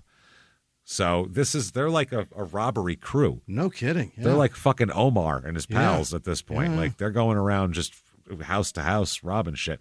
Police say this gang for the last few months has been making weekly trips into the Bluegrass section, robbing stores in Lexington, Versailles, Winchester, and other points, then returning to Covington. Jesus Christ. They're just keeping base in Covington, but running all over the place, robbing everything. All over the fucking place. So also in December 1928, December 12th, headline, released from prison, held on another charge. Chicken Bob Turner, 79, let out on Tuesday. Christ. Let out on Tuesday and immediately arrested in housebreaking claim. He got out and went directly to go rob somebody. He had to go steal some food, man. He was hungry. This is great. The first paragraph's hilarious. Chicken Bob Turner, 79, widely known poultry fancier. He definitely, that's a great way to put it. He certainly wants chickens. The man loves the club sandwich. He fucking loves it so much. It's amazing. Who has served 4 terms in the state penitentiary, was released from that institution Tuesday, and before daylight this morning had been arrested again on a housebreaking charge. Golly. He couldn't make it 24 hours without being arrested. One of his sons, Tom Turner, was arrested with him. The veteran defendant, whoever wrote this article is awesome. The veteran defendant and poultry fancier are great fucking lines. Declared that if Tom will tell the truth about this, there won't be any case against me. That's what he said. That's what his son said. Or that's what he said about his son. Tom, however, as long as Tom doesn't talk. Well, he said as long as Tom tells the truth. In other words, as long as Tom says he did it and not me, we're good. Right. Yeah. So Tom, however, refused to absolve his father from blame, and both were held in connection. He's like, I'm not fucking taking the heat for this. Turkey Tom and Chicken Bob. The theft, the connection, this is what they took, by the way. Yeah. 3 hams. What? Some cigars and chewing tobacco from the S.A. Glass Grocery No. 8 at Broadway and 7th Streets, above which the younger Turner has an apartment. This fucking idiot. He went downstairs and robbed the grocery store. You live above it, you jackass. They know you, man. Dude, he said, well, I know where we can get ham. I'd love it. Where can we go get food? I mean, right downstairs. That's the laziest robbery. It's so lazy. You know what I'd really love? Just a big ham and then a big cigar afterwards. You know, doesn't that sound good after I'm done eating? Yeah, well, let's go downstairs. Holy shit. Policemen Jesse Wilburn and Thomas Moses of the Motor Patrol, who investigated the grocery robbery and arrested the Turners, declared that they narrowly escaped injury when they started around the building and a ham came hurtling from the upper window dangerously near their heads. They threw a fucking ham at them. Take cover. There's fucking Yeah. flying swine. Salty meat, 6 o'clock. Oh, What? my God. Run. Fuck it. Run. I think they're just going to come back. They're throwing sodium bombs at us, guys. Oh, come on. It's pink. It's so pink. The ham was taken to police headquarters as evidence. Along with other recovered groceries that have been taken from the store. We put it in the fridge because after this trial, we're all having sandwiches. We're all having a Sammy and a cigar when this is done. So the Chicken Bob is quoted as saying, quote, "This is something I was never charged with before. Housebreaking is a new one on me. Now, if it was chicken stealing, I would know better how to defend myself." Oh, so because he's always getting busted for that. I'm out of my element here. I don't know how to. Wow. Yeah, I don't know what to say about this. It says, besides his prison experiences, Turner has served various workhouse terms. Several years ago, while serving a term for petty larceny, the aged man was put to work on the city farm cutting weeds. Unattended, he walked off. Of course he did. Of course he did. And although he has been in custody several times since then, he's never had a chance to get back and finish his sentence. What with being tried for this and that and going to Frankfurt, there's just so many demands on him. He has a hard time getting around to all those places. This fucking guy. This is I love this. I would read his column every fucking week, this guy, because this is hilarious. The sentence which he had finished serving Tuesday was given him in the circuit court of Jefferson County. Bob is the father of Theodore Turner, who's being held at Paris as a suspect in an attempted robbery there. Why? Because you fucked with the editor of this newspaper. Right. You shouldn't have broken into his house, man. So now it's not going to be just a dry recount. Yeah. They're going to say a known poultry fancier and make people laugh at your ass now.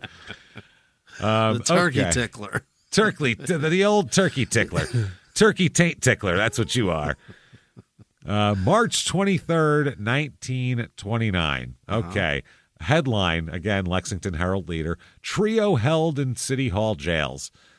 Theodore Turner, Foreman Price, who we know that name. That's his pal, yeah. And Harry Fennon, again, this is his crew, arrested at Paris on charges of storehouse breaking in connection with a robbery at the Brent Seed Company, were taken back to Paris this morning after spending the night in police station cells at the Lexington Municipal Building. The three are being tried in the Bourbon Circuit Court and were brought to Lexington for safekeeping. We'll keep them here.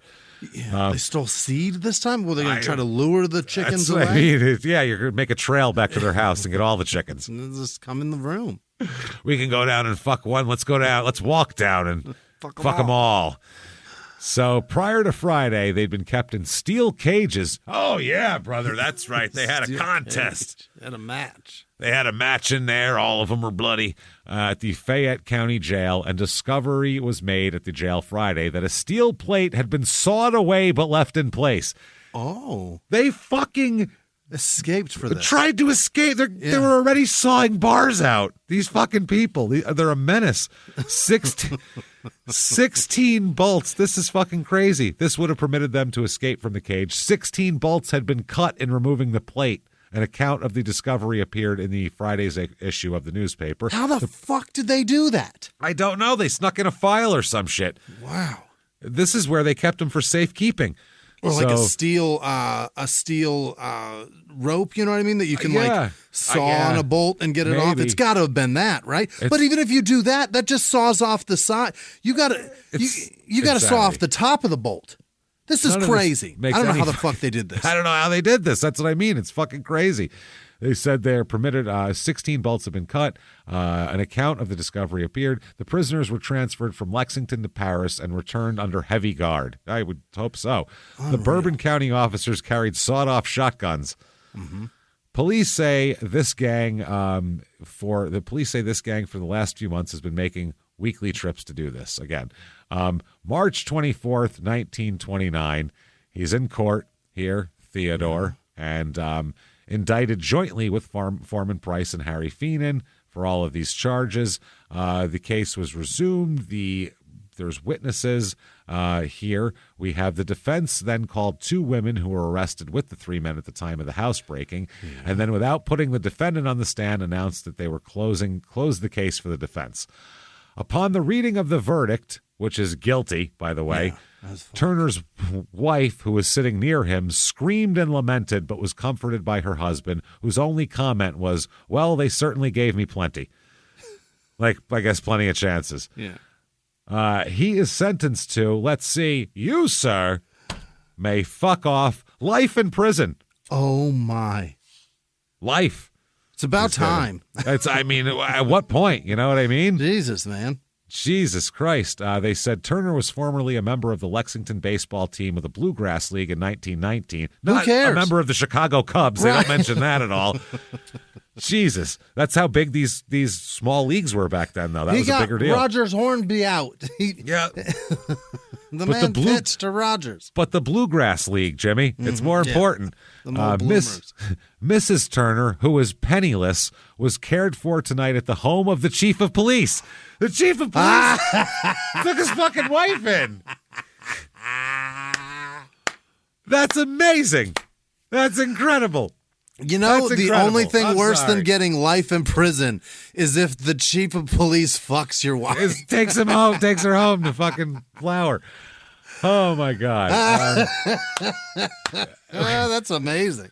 By the way, as he was taken away and for several weeks afterwards, he swore to anyone who would listen that he would never serve time in a penitentiary. Oh. Yeah, ain't going to happen to me. I'm Ted Turner. What's he going to do? Well, Sunday, June 2nd, 1929, Turner and Price in jailbreak at Louisville. That's what he's going to do. God. He's out. He's out. That sheriff better watch his fucking ass. I'm telling you, yeah. Oh, shit. Honey, you got to leave, sweetheart. Let's go. You got to wipe off and get out. Get the fuck out of here. Yeah. Change the sheets before you leave, though, because we make a mess in there.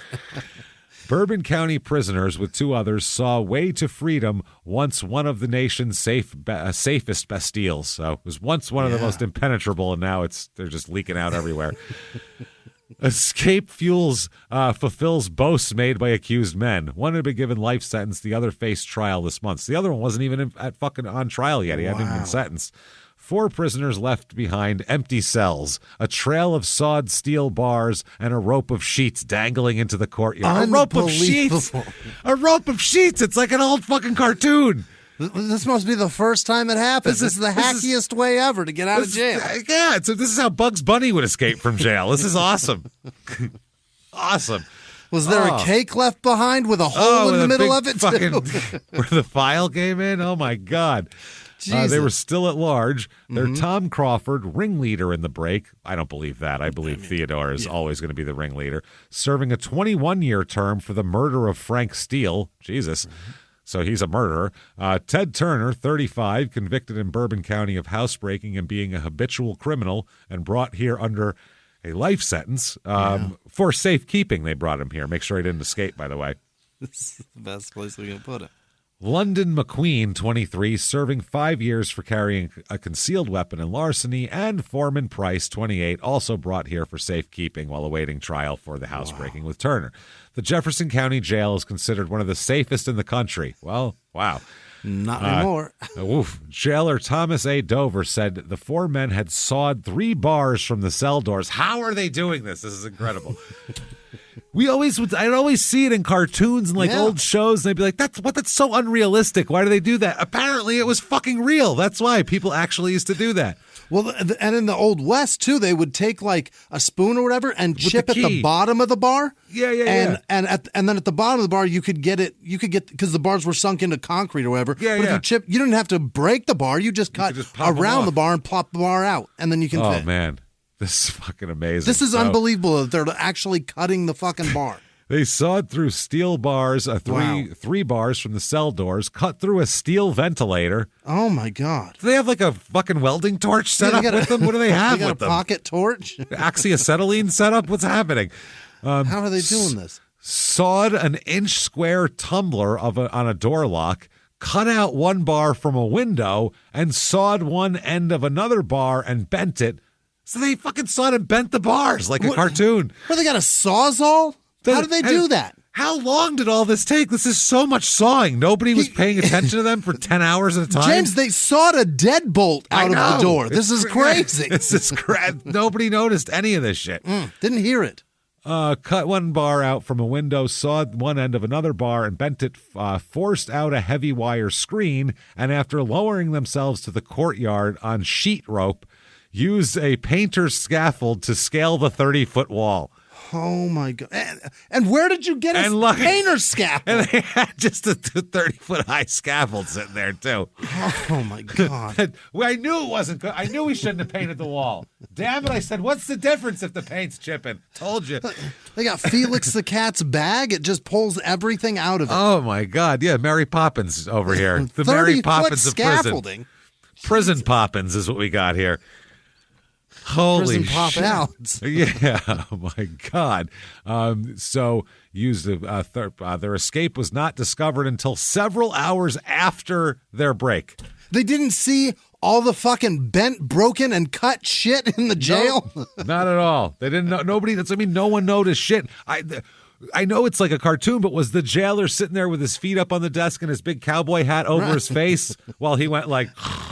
like snored with the dog batting at his keys. Yeah, batting at his keys, and a pie cooling on the windowsill that the scent is drawing Bugs Bunny to. What's happening? I suppose the jailers coming in probably saw the scaffolding and were like, "Oh, look, the prison's under construction." And then they saw, "Oh, well, thank God it's under construction. Everything's cut and broken around here." Fucking insane. Yeah, it's all what the hell's going on. I love that they've been lodged there for safekeeping. That's one of my favorite thing in the world. This is how they noticed all the tools. It's unreal. They noticed they were gone after the jailer discovered several steel saws and a knife in their cell. They left all the shit behind. They weren't in the cell. That's also a way to tell. Yeah. They were removed then to the Fayette County Jail in Lexington. They got moved here because they found this shit in their other cell. Oh. They had their cells searched, and they found saws and all the shit they needed for this, so they took all that stuff away and moved them to a more secure jail, and somehow they got it all And then they got anyway. more shit. How the fuck did they do that? And they got scaffolding. Scaffolding. That's crazy. Several bolts from their cell doors. Two steel saws were found in their cell. The jailbreak attempt... Steel saws they had. They didn't take a spoon and chip away at it for 6 months. They had steel saws. This is crazy.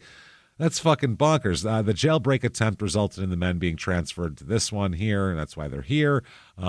Chief of Police Thompson issued orders prohibiting anyone from speaking to the prisoners, compelling the guards to remain outside the steel enclosure of their cell rooms 5 feet from the cells. That's why. Nobody was to speak to them. To get near them. Yeah. They were to leave them alone. The men were transported between Lexington and Paris by automobile daily during the trials. Rumors reached the police that Newport gangsters and friends of the prisoners intended to take them away from the police by force on one of the trips. Wow. This is the 20s. This is literally Al Capone. Right. Fucking gunning. People were not fucking around anymore. This was crazy amount of crime. Mob was willing to break people out of prison. Oh, fuck yeah. This is like the Old West. They were still living like that. During these trips, the guards were increased to 10 men armed with automatic pistols, repeating shotguns, and rifles. A follow-up car, also housing armed officers, trailed the prisoners on the trips to make sure they didn't get broken out by the gang. Ness. It says, verdict made Turner mean man. That's what it says. I'll bet. Yeah, he's probably pretty pissed. Yeah. He was sentenced to his life in prison, and he said, when it came out, he said, quote, "I'll never serve it." Okay. They were like, okay. Later, Turner said that the verdict was all out of reason for the crime, which I agree. Probably stealing some booze out of it. High, it's a little much, but still, this guy's got a record longer than my arm. Yeah, they're tacking on all the time that you probably should have done before. That's what it is. Yeah, you're getting that now. And he added that the out of whack sentence has, quote, made a mean man out of me. I'll bet. Feenan, by the way, was only sentenced to 5 years. Really? And this seems very silly. A 5-year term. When he was taken from the courtroom, Feenan cursed at the jurors, which I love. I love when they do that because they're the ones who said you're guilty. You get mad at other people. Cursed at the jurors, which is obviously fucking hilarious. And also applying an unprintable epithet to them and said, "You would have given me life if you could. You fucking bought and paid for cocksuckers." Yeah. So, Yeah, that's what he got here. Foreman accepted the sentence and was taken to the state reformatory. Turner's attorney, it's hard to say, filed notice for a new trial, which was refused, and the case was taken to the Court of Appeals in its present status. And, he said they talked about him possibly, he had a later court date in the end of June, and he said, "I'm sure I won't be there," Turner said. So other jailers had refused the men. Turner and Price were removed to the Jefferson County Jail to wait the outcome of their cases after the Clark County Jail, the Fayette County Jail, and the Lexington City Jail had refused the request of the Bourbon authorities to house the men. We don't want these assholes. Right. Paris and Bourbon County officials said last night that they have received warning from Louisville to be on the lookout for Turner and Price. I would fucking say so. Certainly. So October 25th, 1929, months go by. Yeah. And Turner escaped. Theodore Turner escaped Jefferson Jail, captured. So he is captured at the home of his father, you fucking idiot. He went to his dad's house? He went to his dad's house. Like criminal guy. You got to figure the cops are going to be there for your dad at some point. Yeah. So this is around your dad's the worst place to hide from police. Yeah. He can't stay out of jail for 24 fucking hours. So that's amazing. He was arrested in Paris, Kentucky, and whatever. So there he is. Tonight, detectives received a tip that he was at the home of his father. 7 men were sent to arrest him. Turner invited them in, but they invited him out. He came without offering resistance, they said. Eventually, he confessed and admitted he spent most of his time in Madison, Indiana, where he, quote, worked and rambled. At the time of his arrest, he had gotten a job working as a truck driver for a packing company in the area. So he was acting like it never happened. Figuring it out, yeah. Yep. So he has sent away for his life sentence on November 14th, 1929. Sentence under Habitual Criminal Act, taken to Frankfurt. He's 35, and he's being sent away forever now. He's got life anyway. Yep, while being pursued through Kentucky by officers forfeited his opportunity to an appeal before the time limit in connection with the Habitual Criminal Act. So he couldn't do his appeal. He was trying to appeal the sentence, and because he was on the run, he couldn't do it. Now the timeline has expired for that. So Thomas Dover, jailer, said an indictment against Turner for breaking jail here would be held as a retainer in the case of parole being granted in the future. That way they could charge him with that again. Mm-hmm. Turner, with 3 other prisoners, escaped by sawing the bars off. There we go. They said that he was recognized even though he had dyed his hair and grown a mustache. So he was trying to hide. Oh, man. So while he's incarcerated, his oldest son, Walter, who had been injured in a car accident on April 21st when a car in which he was riding left the road and went into a ditch here. I guess his son here... he's been injured. Walter and Uncle Robert escaped the accident with cuts and bruises, but a week later, Walter Turner was driving home from the hospital with his family in the car when he collided with another vehicle. Driven by H.R. Douglas. Elmer Turner, 12, suffered a fractured skull and was killed almost instantly. Remember Elmer? Yeah. Yeah, little Elmer's dead now. Almost instantly. Almost a fracture crushed his head. Oh, my God. Back then when cars got into an accident, it was a motherfucker. Yeah, because they didn't have any safety features. No. They didn't have the car didn't absorb anything. You did. And by the late 20s, the cars didn't look like carriages without horses anymore either. Yeah. They weren't like those big wooden wheels. They were fucking big, heavy steel things that went fast, too. They were fucking dangerous. Yeah, and in the 30s, they were super heavy. Well, they were super fucking heavy, super fast, too. Yeah. They made them real fast. So Walter Turner, who is his other son, died a day later from internal injuries. Oh, my God. He was in the car, too. Yeah, everybody died. His kids died. Mamie Turner, the boy's mother, suffered serious injuries, and the doctors didn't tell her of her son's death for fear the news would kill her. She was in the hospital. She was fucked up, too. Mamie Turner's brother-in-law and sister-in-law were in the car and injured as well. How many people were in this fucking car? Maybe that's why, too. How big was this fucking car? No shit. Douglas was charged with manslaughter, so I don't know. He must have been in the wrong lane or some Driving shit. like an asshole. So that's fucking rough, man. Yeah, Walter Turner, they said this is was returning home from accident, brother killed. from the newspaper says.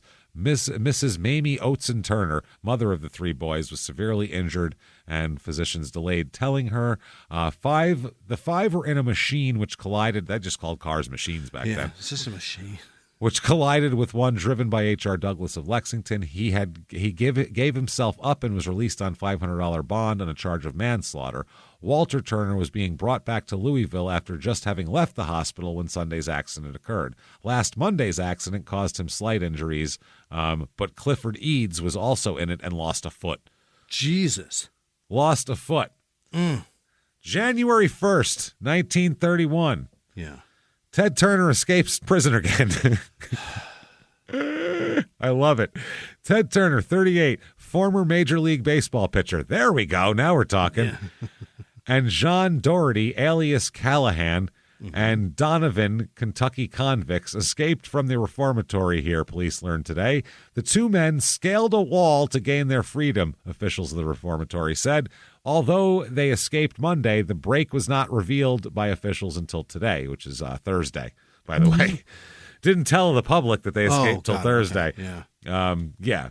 Police learned. That's how. Okay. Turner was serving a life sentence under the habitual criminal laws. He had been charged with several robberies and safecracking cases. Doherty was serving a life sentence for the murder of a Newport policeman.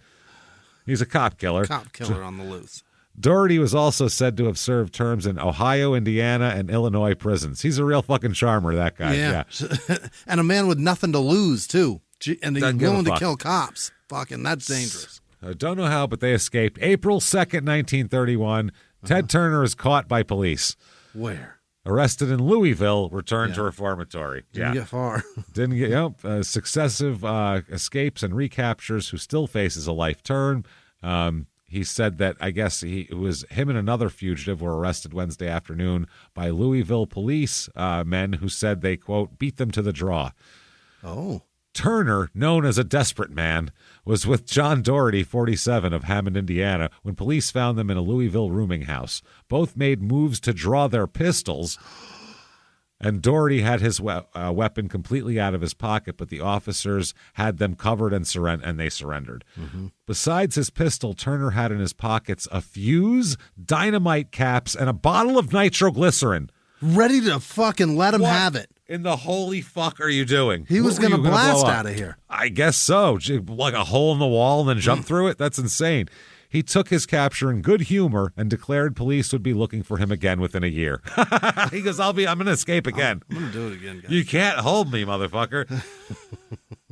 Turner and his companion, former Price, alias Kid Pricey. Why didn't they tell us that earlier? That's great. What the hell?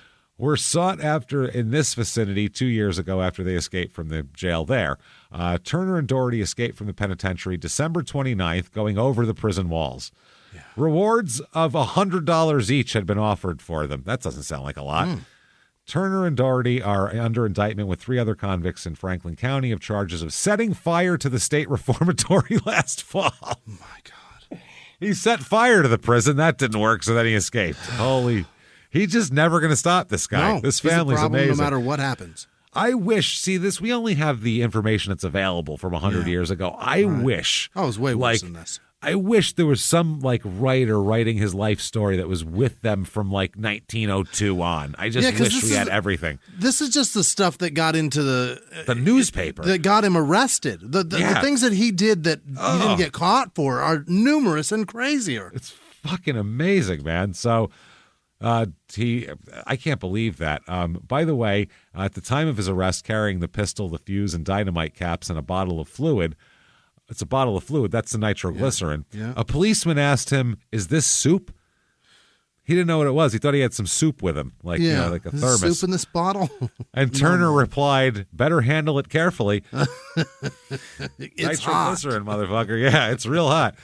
Doherty was upset. They said he was understandably surly upon his rearrest.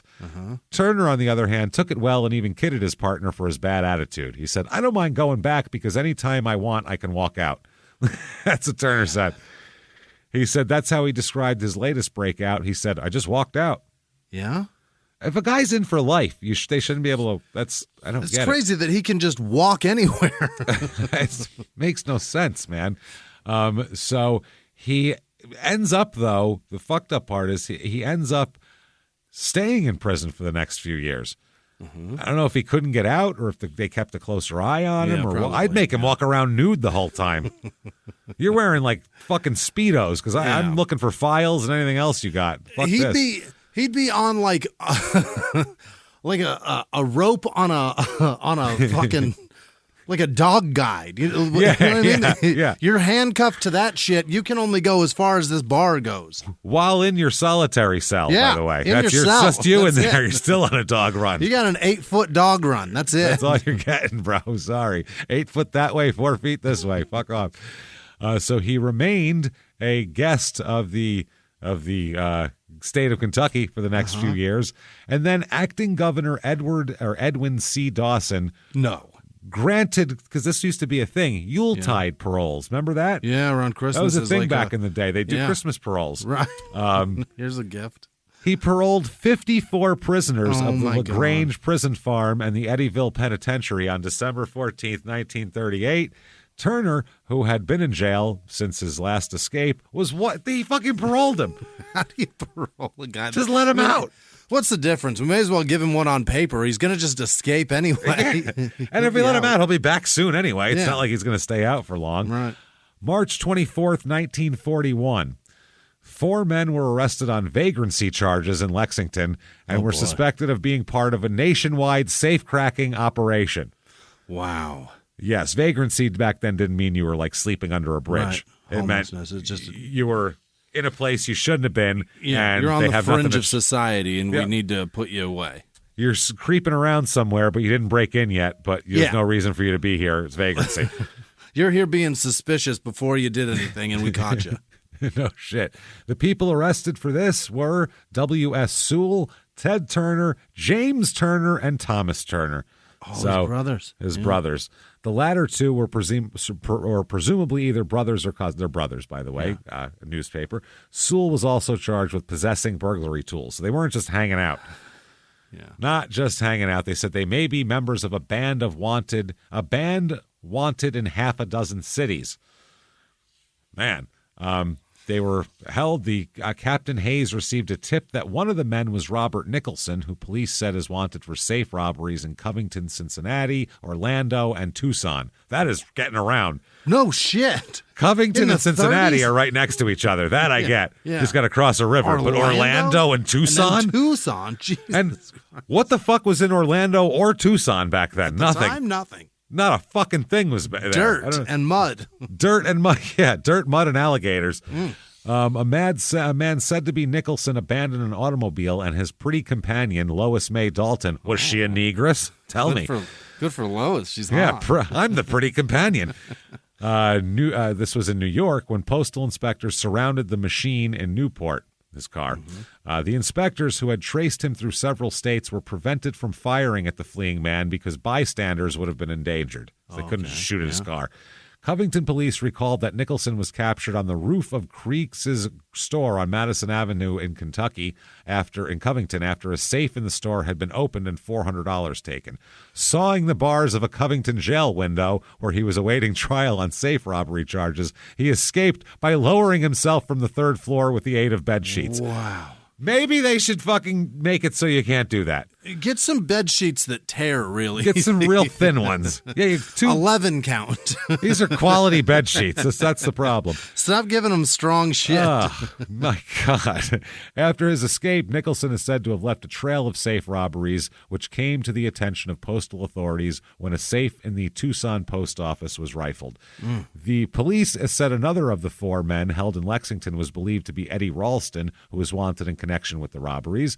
The 4 men registered as W.H. Sewell, Thomas Turner, James Turner, and Theodore Turner. Sewell was booked on a charge of possessing burglary tools in addition to the vagrancy charge. Captain Hayes, for more than 2 months, has been checking movements of the gang police want, but authorities have been unable to catch up with them. Yeah. They were in Wichita, Kansas, January 11th, Salt Lake City, January 20th, San Francisco, January 28th, Southport, a week. How do you get from Salt Lake to... Yeah. Train. Yeah. That's how it is. Train. Yeah, no, they're not flying back then. No shit. Southport, Louisiana, February 13th. So they're like going, though. They get done in one place, they get right on a fucking train. Detroit, February 22nd. Wow. Beaumont, Texas, February 28th. They should have got Beaumont when they were down in Louisiana and then went up. Passed that shit. You passed it. What the hell is wrong with you? So that's a lot. Since then, they have been in Kansas, Missouri, Indiana, Illinois, and Kentucky. My God. Wow. After the incident, after this incident, Turner, we don't know if he either he figured out not to get arrested anymore or he got better at being caught because he wasn't caught very much after that anymore. I guess his World War II draft card lists his residence in Kentucky and his employer as W.M. Parrish on Glen Avenue. Okay. So that's what he's doing after that. Yeah. I guess he got a job. Okay. There, 1943, his father, good night, sweet turkey Bob. Yeah. Yep, Chicken Bob here. Oh, Chicken Turkey Bob, Robert Lee Turner, dies at 86. Good Christ. He fucking made it, man. A life of crime in the fucking turn of the century, and he made it. Died a free man, too. Golly, almost 90 years old. Fuck, when this guy was born before the Civil War. Yeah. When he was a baby, they were like, I don't like the unrest with these southern states. This is weird as they're, by the way, you can't see this, but I'm like bouncing a baby like you do, burping him. I don't know, man. I think something's going to happen. I really do. This is weird. Somebody's not going to take this shit. This is crazy. Something's going on. So Ted manages to keep his nose clean somehow for years now. Really? Years and years. And then finally, February 4th, 1958, at 65 years old, he dies at 4 a.m. at Good Samaritan Hospital. Yeah. Wow. It said he was a former professional baseball pitcher, starting with the old Bluegrass League. At one time, he pitched for the Cincinnati Redlegs, which is not accurate at all. He pitched for the Cubs, Chicago, not the Reds. Cubs. Big difference there. But this is 1958. They couldn't get on baseballreference.com and check on that. Probably also don't give a shit. I mean, it's just a guy that played some ball. I heard he lived in Cincy, probably played for the Redlegs. Yep. I don't know. He's dead. He's dead. Survivors are his wife, who's still alive. Wow. And still married to him. They stayed together. Mamie stayed with him that whole fucking time. Through the death of the kids, everything. Banging the sheriff. Fuck, man. Yeah, banging the sheriff and everything else. His mother's still alive somehow. Really?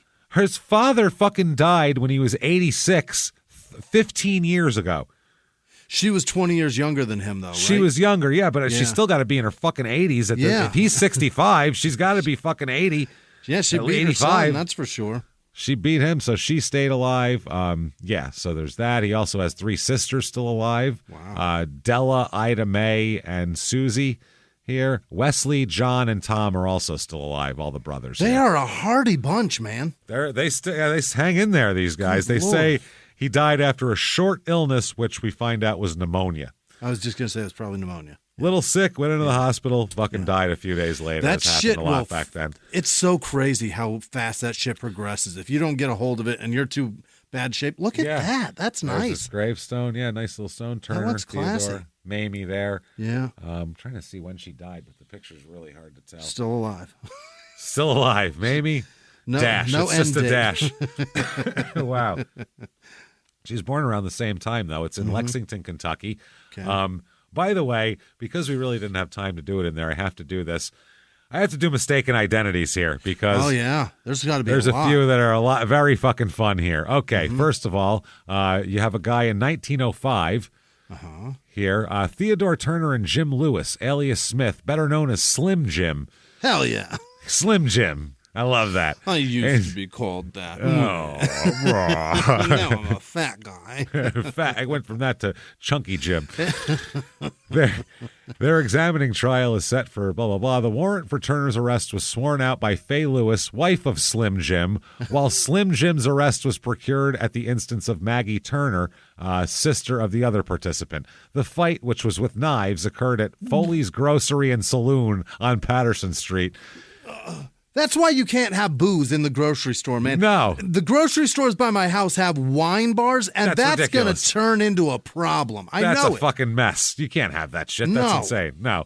Ted Turner, or Theodore Turner, program director, entrepreneur, on-air talent at Dallas, Texas, Urban One, Media Room 360. So he does famous stuff radio. here. Yeah, he's on the radio. Ted Turner, process engineer at Wolf Speed, North Carolina State. Yeah. So he's doing that. We have him. Theodore Turner, shipping and receiving at Fourth Floor Equity Group Limited in Albany, Georgia. Ted Turner, freelance book copy editor, proofreader, and writer. Editing with care. He'll do for you. And you got to be so upset with the being named Ted Turner now. It's got to be so brutal to be successful at all because a man's a billionaire. He'll never be the best Ted Turner. And then finally, Robert Edward Turner III, Ted Turner, obviously entrepreneur. He's born in 1938. He's getting old as fuck here. Wow, he's who in his founded 80s, I guess. TBS and CNN, and basically was one of the guys who went all in on cable when no one else thought about cable. And he won. He did it. So there you go. That is Ted Turner. What a thing. What a fucking fun goddamn family. I'm so happy we did that story. I found this guy completely by accident somewhere. And I was like, Ted Turner? What the fuck did he do? I was like, he didn't do anything. And I was like, oh, that's not Ted Turner. And I was like, oh, but this. And the first paragraph of this article about him was all about Turkey Bob and he won't stop stealing chickens. And I'm like, okay, we're doing this fucking guy. I don't care if he did anything. His dad's awesome. So. Well, it's also before the time of like drugs and such.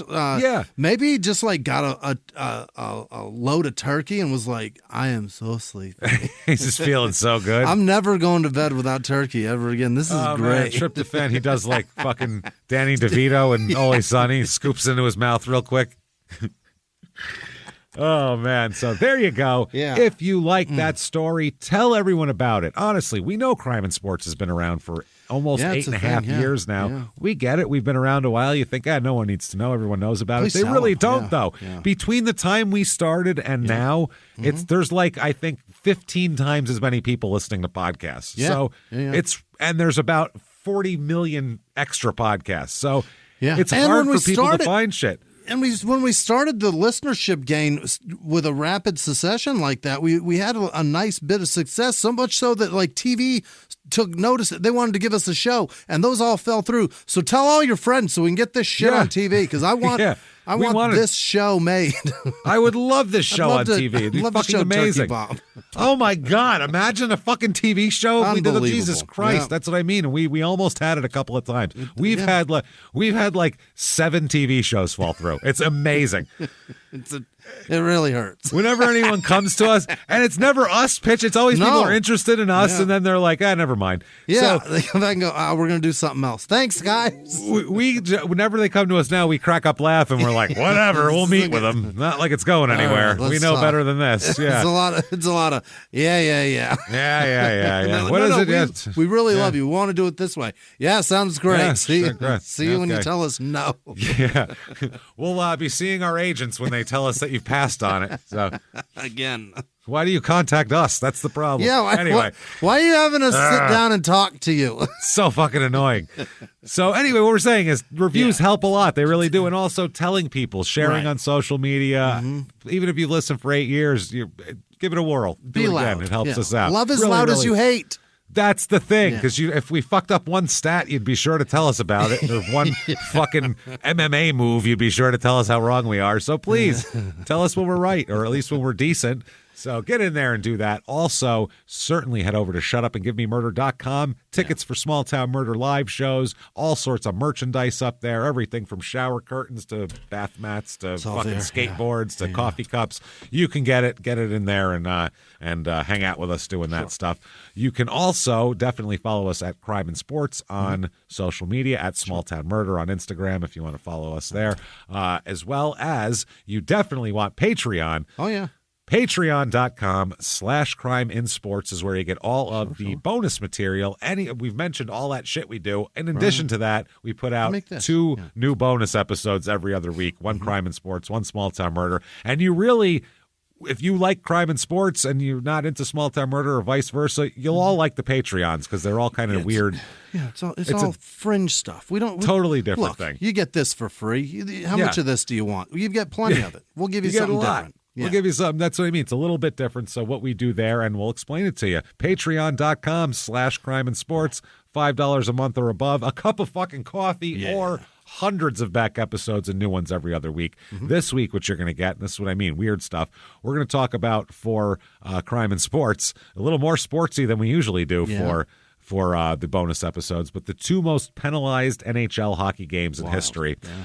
All it is just fights. So we're going to have it so we're going to do a super cut of all the fights, and we're going to watch them and watch as they get more pissy and angry with each other as it progresses. It's going to be a lot of fun. And then for Small Town Murder, we're going to do something we can't wait to do. It's called Internet Salad, and it's what we do before the shows. Yeah. It's when we hang out and make fun of the world at large in general. We sit here and we make fun of this person, we make fun of that person, we talk shit. This is all nervous. This is, we're going to piss somebody off, I'm sure, but we're going to avoid politics. Yeah.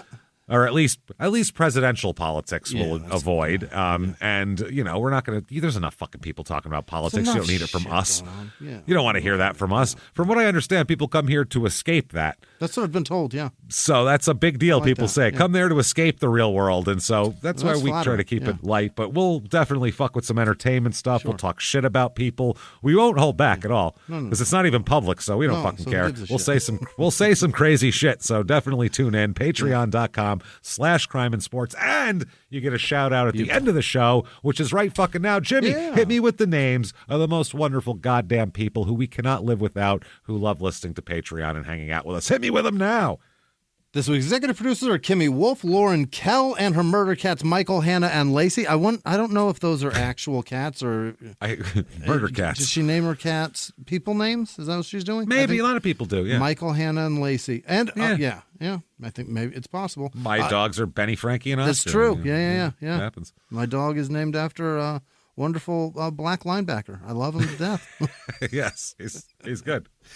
Jerry Mann, Randy Hall, and his wife. She gave no name, evidently. Just tell Randy Hall that I love him, and and she said my husband. So I'm assuming, your no wife gender. loves you. Yeah, it could be your husband, Randy. Your spouse loves you. Emily and he Schalke. said his dick is rock hard. Get home. Jay Chichors. Chichors? It's Cichorz. Chichors? Chichirones. I don't know. Thank you, Jay. You're amazing. Other producers this week are Matt Villanueva, happy birthday, Janice Hill, Kevin Wicken, Patrick McCracken, Leonard Capriolove. What the fuck?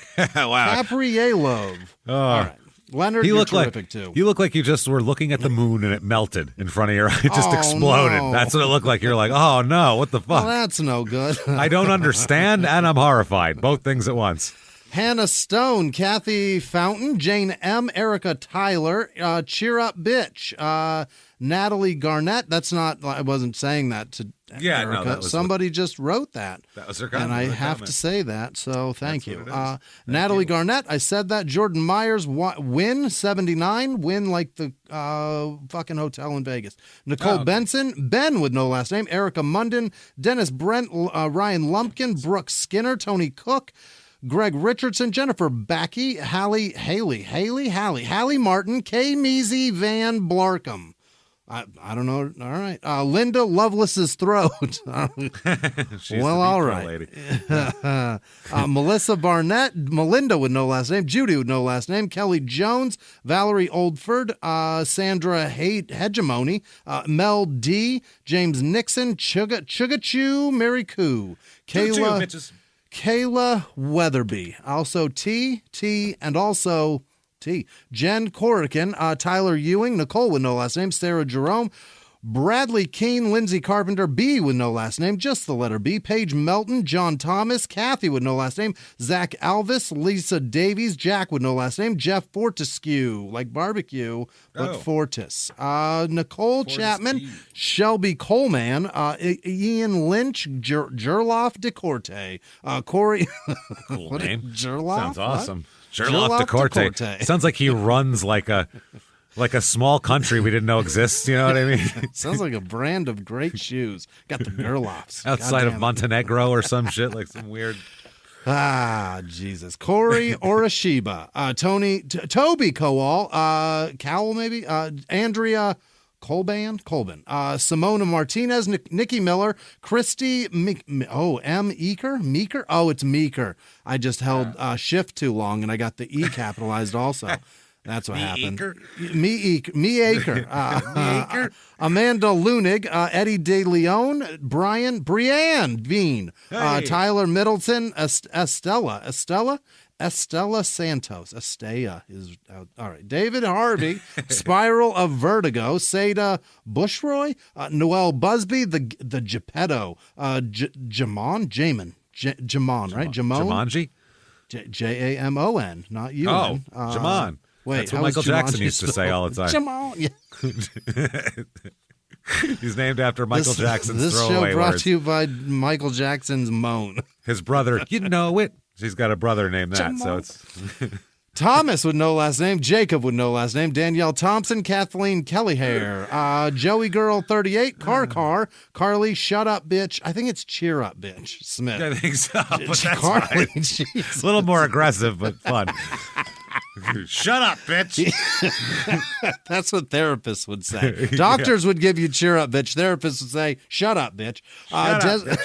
Desiree Grothis, Sarah Smith, it's husbands, whatever. Taylor C., Sean Hackett, Brianna Bird, Kin, Nancy Olson Hernandez, Cindy with no last name, Mickles with no last name, Kelsey Belcase, Josh Sugg, Caitlin with no last name, Alan Sweeting, Seth Schaefer, Gap 7, oh boy, Prue Pierce, Prue, what a great name. That's a British one, right? Chris Salas, the lady from the Bake Off. Yeah, exactly. She's wonderful. God, I love her. She's great.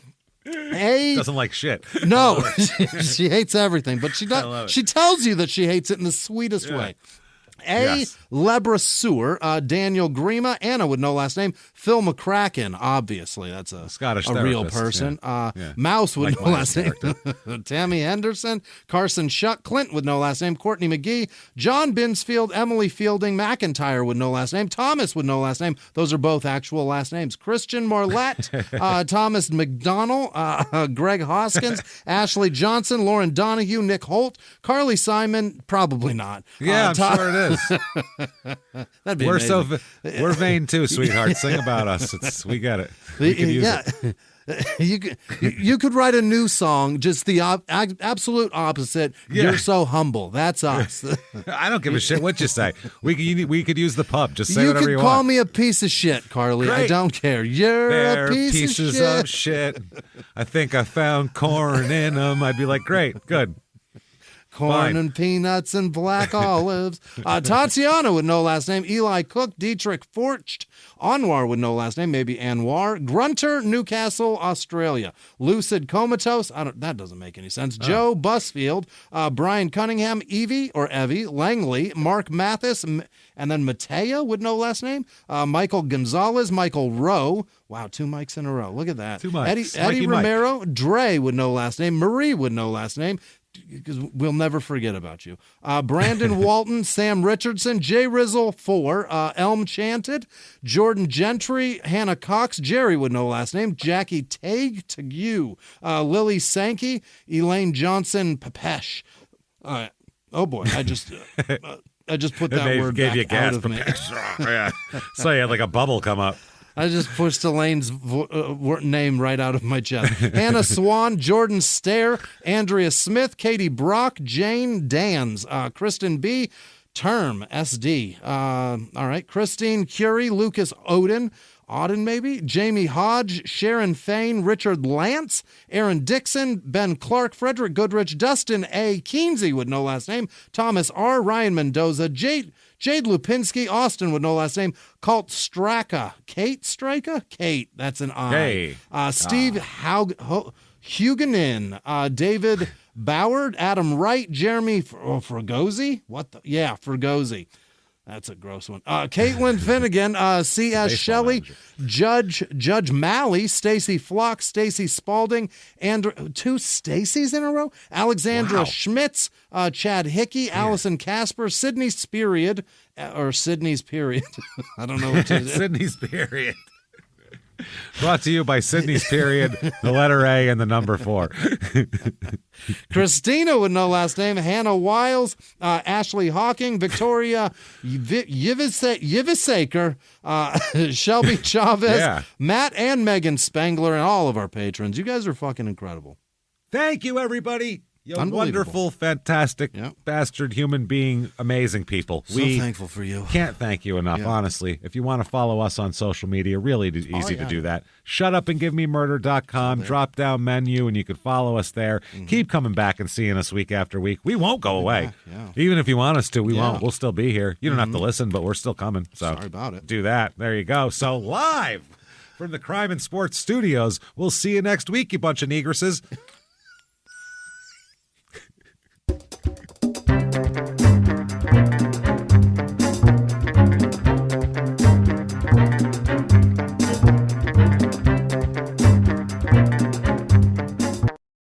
If you like crime and sports, you can listen early and ad-free now by joining Wondery Plus in the Wondery app or on Apple Podcasts. Prime members can listen early and ad-free on Amazon Music. Before you go, tell us about yourself by filling out a short survey at Wondery.com/survey. Have you ever gotten a message out of the blue? Maybe you ignore them. Or maybe you end up in conversation. Maybe they tell you about an amazing offer. I can really show you how to make some money. And maybe that gets you into a lot of trouble. But this isn't a story about people like you, the people receiving these messages. This is a story about the people behind the messages, on the other end of the line. Thousands of them, working in a microcity built for scammers. From Wondery, the makers of Dr. Death and Kill List, comes Scam Factory, a new series about survival at the expense of others. Follow Scam Factory on the Wondery app or wherever you get your podcasts. You can listen to Scam Factory early and ad-free right now by joining Wondery Plus in the Wondery app or on Apple Podcasts.